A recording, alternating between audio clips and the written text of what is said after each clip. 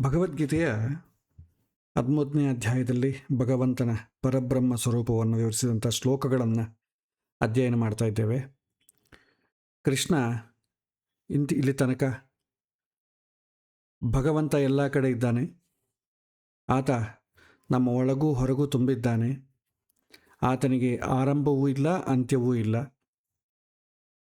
ಆತ ನಿರ್ಗುಣನಾದರೂ ಕೂಡ ಎಲ್ಲ ಸದ್ಗುಣಗಳ ಆಶ್ರಯ, ಆತ ನಿರಾಕಾರನಾದರೂ ಕೂಡ ಅನೇಕ ರೂಪಗಳಲ್ಲಿ ವ್ಯಕ್ತವಾಗ್ತಾನೆ. ಮತ್ತು ಕಳೆದ ಬಾರಿ ನೋಡಿದಂಥ ವಿಚಾರ, ಭಗವಂತನಿಗೆ ನಮ್ಮಂಥ ನಶ್ವರ ಶರೀರ ಇಲ್ಲ, ನಶ್ವರ ಇಂದ್ರಿಯಗಳಿಲ್ಲ, ಆದರೆ ಎಲ್ಲ ಜೀವಿಗಳ ಇಂದ್ರಿಯಗಳಲ್ಲಿ ಕಾರ್ಯನಿರ್ವಹಿಸುವಂಥ ಶಕ್ತಿ ಆತನಲ್ಲಿದೆ. ಆತ ಎಲ್ಲವನ್ನೂ ಧರಿಸ್ತಾನೆ, ಆದರೆ ಯಾವುದಕ್ಕೂ ಬಂದಿಯಾಗೋದಿಲ್ಲ. ಜ್ಞಾನಿಗಳಿಗೆ ಭಗವಂತ ಹತ್ತಿರವಾಗಿದ್ದಾನೆ, ಅಜ್ಞಾನಿಗಳಿಗೆ ತುಂಬ ದೂರವಾಗಿದ್ದಾನೆ. ಆತ ಸೂಕ್ಷ್ಮಕ್ಕಿಂತ ಸೂಕ್ಷ್ಮ, ಆದ್ದರಿಂದ ಭಗವಂತನ ಸಂಪೂರ್ಣವಾಗಿ ತಿಳಿಯೋದು ಸಾಧ್ಯವಿಲ್ಲ. ಆದರೆ ಭಕ್ತಿಯಿಂದ ಮತ್ತು ಯಥಾಶಕ್ತಿಯಾದಂಥ ಜ್ಞಾನದಿಂದ ಆತನನ್ನು ಫೀಲ್ ಆಗ್ಬೋದು, ಅನುಭವಿಸಬಹುದು. ಕೊನೆಯ ಶ್ಲೋಕಗಳಲ್ಲಿ ಕೃಷ್ಣನ ಭಗವಂತನನ್ನು ಎಲ್ಲ ಬೆಳಕುಗಳಿಗೆ ಬೆಳಕು ಕೊಡುವಂಥ ಮಹಾಜ್ಯೋತಿ ಅಂತ ವಿವರಿಸ್ತಾನೆ. ಧ್ಯಾನದ ಮೂಲಕ ನಮ್ಮ ಹೃದಯದಲ್ಲಿ ನೆಲೆಸಿರುವಂಥ ಪರಮಾತ್ಮನನ್ನು ಅನುಭವಿಸುವಂಥ ಮಾರ್ಗವನ್ನು ಸೂಚಿಸ್ತಾನೆ. ಒಟ್ಟಿನಲ್ಲಿ ಈ ಶ್ಲೋಕಗಳು ನಮಗೆ ಭಗವಂತನ ಸರ್ವಾಂತರ್ಯಾಮಿ, ಸರ್ವವ್ಯಾಪಿ, ಜ್ಞಾನಾನಂದ ಸ್ವರೂಪಿ ಮತ್ತು ಭಕ್ತಿಯಿಂದ ಅರಿಯಬಹುದಾದಂಥ ಪರತತ್ವ ಎಂಬ ಅರಿವನ್ನು ನೀಡುತ್ತೆ. ಇನ್ನು ಮುಂದೆ ಶ್ಲೋಕಗಳಿಗೆ ನಾವು ಸಾಗೋಣ. ಇತಿ ಕ್ಷೇತ್ರಂ ತಥಾ ಜ್ಞಾನಂ ಜ್ಞೇಯಂಚ ಉಕ್ತಂ ಸಮಾಸತಃ ಮತ್ ಭಕ್ತಃ ಏತತ್ ವಿಜ್ಞಾಯ ಮತ್ ಭಾವಾಯ ಉಪಪದ್ಯತೆ ಅಂತ ಹೇಳ್ತಾರೆ. ಈ ಶ್ಲೋಕದಲ್ಲಿ ಕೃಷ್ಣ ಈವರೆಗೆ ಹೇಳಿದಂಥ ವಿಚಾರದಂಥ ಉಪಸಂಹಾರ ಮಾಡ್ತಾ ಹೇಳ್ತಾನೆ. ಈ ತನಕ ಕ್ಷೇತ್ರದ ಬಗ್ಗೆ, ಜ್ಞಾನ ಸಾಧನೆಗಳ ಬಗ್ಗೆ, ಈ ಜ್ಞಾನ ಸಾಧನೆಗಳಿಂದ ತಿಳಿದುಕೊಳ್ಳಬೇಕಾದಂಥ ಭಗವಂತನ ಬಗ್ಗೆ ಒಂದು ಅಡಕವಾಗಿ ನಟ್ಶಲ್ ಅಲ್ಲಿ ಹೇಳಿದ್ದಾಯಿತು. ಆಮೇಲೆ ಸೃಷ್ಟಿಯಾದಂಥ ಪ್ರಪಂಚ ಸೃಷ್ಟಿಯ ಬಗ್ಗೆ, ಸೃಷ್ಟಾರವಾದಂಥ ಭಗವಂತ ಇದನ್ನು ತಿಳಿದರೆ ಮತ್ತೆ ಇನ್ನು ತಿಳಿಬೇಕಾದೇನೂ ಇಲ್ಲ ಅಂತಂಬುದು ಕೂಡ ಹೇಳಿದ. ಪೂರ್ಣ ನಂಬಿಕೆಯಿಂದ, ಭಕ್ತಿಯಿಂದ ಇದನ್ನು ಅರಿತಂಥ, ಭಕ್ತಿ ಅಂತಂದರೆ ಇಲ್ಲಿ ಪ್ರೀತಿ ಅಂತ ಅರ್ಥ, ಇದನ್ನು ಅರಿತಂಥ ಭಕ್ತ ನನ್ನನ್ನು ಸೇರ್ತಾನೆ ಅಂತ ಹೇಳ್ತಾನೆ ಕೃಷ್ಣ. ಭಗವಂತನ ಬಗ್ಗೆನ ಜ್ಞಾನ ಮತ್ತು ಭಕ್ತಿ ನಮ್ಮನ್ನು ಮೋಕ್ಷದ ಕಡೆ ಕೊಂಡೊಯ್ಯಬಲ್ಲದು ಅಂತ ಈ ಶ್ಲೋಕದ ಸಾರಾಂಶ. ಮುಂದಿನ ಶ್ಲೋಕದಲ್ಲಿ ಕೃಷ್ಣ ಮೂಲ ಸೃಷ್ಟಿಯ ಕಲ್ಪನೆ ಮತ್ತು ಅದರ ಅನುಸಂಧಾನವನ್ನು ವಿವರಣೆ ಮಾಡ್ತಾನೆ. ಈ ಶ್ಲೋಕದಲ್ಲಿ ಅಧ್ಯಾತ್ಮ ಪ್ರಪಂಚದಲ್ಲಿ ಸೃಷ್ಟಿಯಾದ ಬಗ್ಗೆ ಎಲ್ಲ ಗೊಂದಲಗಳು ಕೃಷ್ಣ ಕೊಟ್ಟಂಥ ಉತ್ತರ ಇದು. ಅಡಕವಾಗಿ ಎಲ್ಲ ಕೃಷ್ಣವನ್ನು ನಮ್ಮ ಮುಂದೆ ಇಟ್ಟಿದ್ದಾನೆ. ಪ್ರಕೃತಿಂ ಪುರುಷಂ ಚ ಏವ ವಿದ್ಧಿ ಅನಾದಿ ಉಭೌ ಅಪಿ ವಿಕಾರಾಂಚ ಗುಣಾಂಚ ಏವ ವಿದ್ಧಿ ಪ್ರಕೃತಿ ಸಂಭವಾನ್ ಅಂತ ಹೇಳ್ತಾನೆ ಕೃಷ್ಣ. ಇಲ್ಲಿ ನಾವು ತಿಳ್ಕೊಳ್ಬೇಕು, ಎಲ್ಲ ಪ್ರಶ್ನೆಗಳಿಗೂ, ನಮಗೆ ಕನ್ಫ್ಯೂಸ್ ಇರುವಂಥ ಎಲ್ಲ ಪ್ರಶ್ನೆಗಳಿಗೂ ಉತ್ತರ ಸಿಗತ್ತೆ. ಇಲ್ಲ, ಭಗವಂತ ಯಾವುದೇ ಜೀವವನ್ನಾಗಲಿ ಪ್ರಕೃತಿಯನ್ನಾಗಲಿ ಸೃಷ್ಟಿ ಮಾಡಿಲ್ಲ. ಇದನ್ನು ಅಂಡರ್ಲೈನ್ ಮಾಡ್ಕೋಬೇಕು. ಆತ್ಮವನ್ನು ಆತ್ಮ ಅಂತಂದರೆ ಏನು? ಮನಸ್ಸು, ಇಂದ್ರಿಯಗಳು, ಇದ್ಯಾವುದು ಸಂಬಂಧ ಇಲ್ಲದಂಥ ಸ್ವರೂಪ. ಅದಕ್ಕೆ ಮನಸ್ಸು, ಬುದ್ಧಿ, ವಿಕಾರಗಳು ಜೊತೆ ಆದರೆ ಅದನ್ನು ಜೀವ ಅಂತ ಕರಿತೇವೆ. ಸತ್ವರಜಸ್ತ ಗುಣಗಳ ಸಮಾಗಮ ಆದರೆ ಜೀವ ಅಂತೆ. ಈ ಆತ್ಮವನ್ನಾಗಲಿ ಈ ಪ್ರಕೃತಿಯನ್ನಾಗಲಿ ಭಗವಂತ ಸೃಷ್ಟಿ ಮಾಡಲಿಲ್ಲ. ಅಂದರೆ ಸೃಷ್ಟಿ ಅಂದರೆ ಏನು? ಈಗ ನಮ್ಮಲ್ಲಿ ಮಗು ಹುಟ್ಟಿತು ಅಂತ ಹೇಳ್ತಾರೆ, ಆದರೆ ಒಂದು ಮಡಿಕೆ ಹುಟ್ಟಿತು ಅಂತ ಯಾರೂ ಹೇಳಲ್ಲ. ಯಾಕೆ? ಮಡಿಕೆ ಆಲ್ರೆಡಿ ಹೊಸದಾಗಿ ಹುಟ್ಟಿದ್ದೇನಿಲ್ಲ, ಮಡಿಕೆಯನ್ನು ಮಾಡಿದ್ದು ಅಂತಂತಾರೆ. ಒಂದು ಪಾಟ್, ಅದನ್ನು ಒಂದು ಫಾರ್ಮ್ ಕ್ರಿಯೇಟ್ ಮಾಡ್ತಾರೆ. ಹುಟ್ಟೋದು ಅಂತಂದರೆ ಏನು? ಇಲ್ಲದ ಪದಾರ್ಥ, ಹೊಸ ಪದಾರ್ಥವನ್ನು ಹುಟ್ಟೋದು ಅಂತೇವೆ ನಾವು. ಇಲ್ಲಿ ಯಾವುದು ಹುಡ್ತಾ ಇದೆ? ನಾವು ಮನುಷ್ಯನನ್ನು ಹುಟ್ಟಿದ ಅಂತ ಹೇಳೋದಕ್ಕಿಂತರೂ ಹೇಳೋದ್ರಲ್ಲಿ ಕೂಡ ಒಂದು ಮಡಕೆ ಕೂಡ ಹುಟ್ಟಿತು ಅಂತ ಹೇಳ್ಬೋದು. ಆದರೆ ನಾವು ವ್ಯವಹಾರದಲ್ಲಿ ಆ ರೀತಿ ಬಳಸಲ್ಲ. ಮಡಕೆಯನ್ನು ಮಾಡಿದರು, ಬಟ್ಟೆಯನ್ನು ನೇಯ್ದರು, ಮನೆಯನ್ನು ಕಟ್ಟಿದರು. ಮನೆ ಹುಟ್ಟಿತು ಅಂತ ಯಾರು ಹೇಳಲ್ಲ, ಮನೆ ಕಟ್ಟಲ್ಪಟ್ಟಿತು. ಅಂದರೆ ಆಲ್ರೆಡಿ ಇರೋವಂಥ ರಾ ಮೆಟೀರಿಯಲನ್ನೇ ಒಂದು ಫಾರ್ಮ್ ಕ್ರಿಯೇಟ್ ಆಯಿತು ಅಂತ ಅರ್ಥ. ಇಲ್ಲಿ ಕೂಡ ಮನುಷ್ಯ ಹುಟ್ಟಿದ ಅಂತಂತ ಅನ್ನೋದಿಲ್ಲ, ಇದು ವ್ಯಾವಹಾರಿಕ ಶಬ್ದ, ತಪ್ಪು ಶಬ್ದ. ನಿಮಗೆ ಹಳೆ ಕಾಲದಲ್ಲಿ ನೋಡಿ, ಮಗು ಹುಟ್ಟಿದ ತಕ್ಷಣ ಅವರು ಜಾತಕ ಬರೀತಾರೆ. ಆ ಜಾತಕದಲ್ಲಿ ಅವ್ರು ಏನು ಬರೀತಾರೆ ಅಂದರೆ ಜನನ ಪತ್ರಿಕಾ ಅಂತಂತಾರೆ. ಜನಿಸಿತು ಅಂತ ಹೇಳ್ತಾರೆ ಹೊತ್ತು ಹುಟ್ಟಿತು ಅಂತ ಯಾರು ಹೇಳಲ್ಲ. ಜನನ ಆಯಿತು, ಅದಕ್ಕೆ ಜನನ ಅಂತಂಬೋ ಶಬ್ದ ಬಳಸ್ತಾರೆ. ಜನನ ಅಂತಂದರೆ ಹುಟ್ಟಿತು ಅಂತಲ್ಲ, ಜನಿಸಿತು ಅಂದರೆ ಆಲ್ರೆಡಿ ಇದ್ದಂಥ ಒಂದು ರಾ ಮೆಟೀರಿಯಲ್ಗೆ ಒಂದು ಫಾರ್ಮನ್ನು ಕೊಟ್ಟರು. ಶರೀರವನ್ನು ನಾವು ಪ್ರಕೃತಿ ಅಂತೇವೆ, ಯಾಕಂದರೆ ಪಂಚಭೂತಗಳಿಂದ ನಿರ್ಮಾಣವಾದದ್ದು ಶರೀರ. ಹಾಗಾಗಿ ಹೊಸದಾಗಿ ಶರೀರ ಹುಟ್ಟಲಿಲ್ಲ, ಆಲ್ರೆಡಿ ಇದ್ದಿದ್ದಕ್ಕೆ ಒಂದು ಫಾರ್ಮ್ ಬಂತು. ಜೀವವನ್ನು ಕೂಡ ಭಗವಂತ ಸೃಷ್ಟಿ ಮಾಡಲಿಲ್ಲ, ಜೀವ ಅನಾದಿ ನಿತ್ಯವಾಗಿದೆ. ಇದು ನಾವು ತಿಳ್ಕೊಂಡ್ರೆ ಮುಂದೆ ಎಲ್ಲ ಕನ್ಫ್ಯೂಷನ್ಗೆ ನಮಗೆ ಉತ್ತರ ಸಿಗತ್ತೆ. ಜಡ ಪ್ರಕೃತಿ, ಚೇತನ ಪ್ರಕೃತಿ. ಜಡ ಪ್ರಕೃತಿ ಅಂದರೆ ನಮಗೆ ಕಣ್ಣಿಗೆ ಕಾಣುವಂಥದ್ದು, ಮಣ್ಣು ಇದೆಲ್ಲ ಬೆಟ್ಟ, ಇದೆಲ್ಲ ಜಡ. ಚೇತನ ಪ್ರಕೃತಿ ಅಂದರೆ ನಾವು ಶರೀರ ಮತ್ತು ಈ ಗಿಡ ಮರಗಳು ಇದೆಲ್ಲ ಚಲಿಸ್ತಾ ಇರ್ತವೆ, ಅದಕ್ಕೆ ಚೇತನ ಇದೆ. ಆಮೇಲೆ ಪರಮಪುರುಷ ಭಗವಂತ, ಅವಾಂತರ ಪುರುಷರು ಅಂತಂದರೆ ಜೀವರು. ಎಲ್ಲರೂ ಕೂಡ ಅನಾದಿ ನಿತ್ಯರು, ಯಾವುದು ಹೊಸದಾಗಿ ತಯಾರಿಸಲ್ಪಟ್ಟಿಲ್ಲ. ಇದು ಫಸ್ಟ್ ಅರ್ಥ ಮಾಡ್ಕೋಬೇಕು. ಪ್ರಕೃತಿಯಾಗಲಿ, ಪ್ರಕೃತಿಗೆ ಫಾರ್ಮ್ ಕೊಟ್ಟ ಭಗವಂತ ಅಷ್ಟೆ. ನಮಗೆ ಒಂದು ಮಗುವಿಗೆ ತಂದೆ ತಾಯಿ ಫಾರ್ಮ್ ಹೆಂಗೆ ಕೊಡ್ತಾರೋ ಒಂದು ಮಗುಗೆ, ಹಾಗೆ ಇಡೀ ಪ್ರಕೃತಿಗೆ ಭಗವಂತ ಫಾರ್ಮ್ ಕೊಟ್ಟ. ಹೊಸದಾಗಿ ಹುಟ್ಟಲಿಲ್ಲ, ರಾ ಮೆಟೀರಿಯಲ್ ಆಲ್ರೆಡಿ ಇದೆ, ಅದಕ್ಕೆ ಫಾರ್ಮ್ ಇಲ್ಲ ಅಷ್ಟೆ. ಫಾರ್ಮ್ ಇಲ್ಲದಾಗ ನಮಗೆ ಕಾಣಲ್ಲ ಅಷ್ಟೆ. ಸೊ ಪ್ರಪಂಚ ಅಂತಂದರೆ ಪ್ರಕೃತಿಯ ವಿಕಾರ. ಒಂದು ಮಗು ಹುಟ್ಟಿತು ಅಂತಂದರೆ ಅಲ್ಲಿ ಆಗುವುದು ಜೀವದ ಸೃಷ್ಟಿಯಲ್ಲ, ಜೀವಕ್ಕೆ ಒಂದು ಆಕಾರದ ಸೃಷ್ಟಿ ಆಯಿತು. ಜೀವ ತಂದೆಯ ದೇಹ ಮುಖೇನ ತಾಯಿ ಗರ್ಭವನ್ನು ಸೇರಿ ಅಲ್ಲಿ ಒಂದು ಆಕಾರವನ್ನು ಪಡಿತಾನೆ. ಈ ರೀತಿ ಭಗವಂತ ಜೀವರಿಗೆ ಪ್ರಕೃತಿಯ ಮೂಲಕ ಒಂದು ಆಕಾರ ಸೃಷ್ಟಿ ಮಾಡಿದ್ದಾನೆ. ಸೃಷ್ಟಿಯ ಮೂಲದಲ್ಲಿ ಕೂಡ ಲಕ್ಷ್ಮೀನಾರಾಯಣರು ತಂದೆ ತಾಯಿಯಾಗಿ ನಿಂತು ಪ್ರಪಂಚದ ಸೃಷ್ಟಿಗೆ ಚಾಲನೆ ಕೊಟ್ಟರು. ಸೃಷ್ಟಿಯಾದಿಯಲ್ಲಿ ಜೀವರು ಲಕ್ಷ್ಮೀದೇವಿಯ ಉದರದಲ್ಲಿದ್ದರು. ಲಕ್ಷ್ಮೀದೇವಿ ಪರಮಪುರುಷನಾದಂಥ ಭಗವಂತನ ಉದರದಲ್ಲಿದ್ದರು. ಇದು ನಮಗೆ ಗೊತ್ತಿದೆ. ಸೃಷ್ಟಿಯ ಮೂಲದಲ್ಲಿ ಲಕ್ಷ್ಮಿಯ ನೆತ್ತಿಯಿಂದ ಹೊರಹೊಮ್ಮಿ ಭಗವಂತ ನಾಭಿ ಮುಖೇನ ಚತುರ್ಮುಖನ ಜನ ಆಯಿತು. ಈ ಕಾರಣದಿಂದಲೇ ಚತುರ್ಮುಖ ಬ್ರಹ್ಮವನ್ನು ಲಕ್ಷ್ಮಿಯ ಶಿರಸ್ಸಿನಿಂದ ಮತ್ತು ಭಗವಂತನ ನಾಭಿಯಿಂದ ಜನಿಸಿದರು ಅಂತ ಪುರಾಣಗಳು ಹೇಳ್ತವೆ. ಒಟ್ಟಿನಲ್ಲಿ ಜಗತ್ತಿಗೆ ಕಾರಣರಾಗಿರುವಂಥ ಜಡ ಪ್ರಕೃತಿ ಅದು ಯಾವಾಗೂ ನಿತ್ಯವೇ. ಆ ಜಡ ಪ್ರಕೃತಿಯಿಂದ ಆಕಾರಗೊಂಡಂಥ ಸೃಷ್ಟನಾದಂಥ ಜೀವನೂ ನಿತ್ಯನೇ. ಈ ಜಡ ಪ್ರಕೃತಿ ಮತ್ತು ಜೀವನಿಗೆ ಕಾರಣಪುರುಷರಾದಂಥ ಲಕ್ಷ್ಮೀನಾರಾಯಣರು ಕೂಡ ನಿತ್ಯರು. ಪ್ರಪಂಚ ಅಂತಂದರೆ ಪ್ರಕೃತಿಯ ವಿಕಾರ. ಇದು ಇಲ್ಲಿ ನಾವು ತಿಳಿದುಕೊಳ್ಳಬೇಕಾದಂಥ ಮುಖ್ಯ ವಿಚಾರ. ವೇದಾಂತಕ್ಕೆ ಹೋದರೆ ಇದು ಬದಲಾಗ್ತದೆ. ಅಲ್ಲೇನ್ರಿ ಬೇರೆ ಬೇರೆ ಫಿಲಾಸಫಿಗಳಲ್ಲಿ ನೋಡ್ರೆ, ಈಗ ಅದ್ವೈತ ಫಿಲಾಸಫಿನ ಶಂಕರಾಚಾರ್ಯ ಫಿಲಾಸಫಿ ತಗೊಳ್ಳಿ, ಅದು ಅದ್ವೈತ ಅಂತ ಹೇಳಬಾರ್ದು, ಮಾಯಾವಾದ. ಅದರಲ್ಲಿ ಹೋದರೆ ಜಗತ್ತು ಮಾಯ ಅಂತ ಹೇಳ್ತಾರೆ. ಮತ್ತು ಇಲ್ಲೇನು ಜಡ ಪ್ರಕೃತಿ ನಿತ್ಯ ಅಂತಿರಲ್ಲ. ಈಗ ಮಾಯ ಅಂತ ಹೇಳಲಿಕ್ಕೆ ಬರಲ್ಲ, ಯಾಕೆಂದರೆ ಅದು ಅನುಭವಿಸೋವನ ಮೇಲೆ ಆಧಾರ ಪಟ್ಟಿರ್ತದೆ. ಅವರವರ ಅನುಭೂತಿ ಏನಿದೆಯೋ ಅದು ಸ್ಟೇಟ್ಮೆಂಟ್ ಬರ್ತದೆ.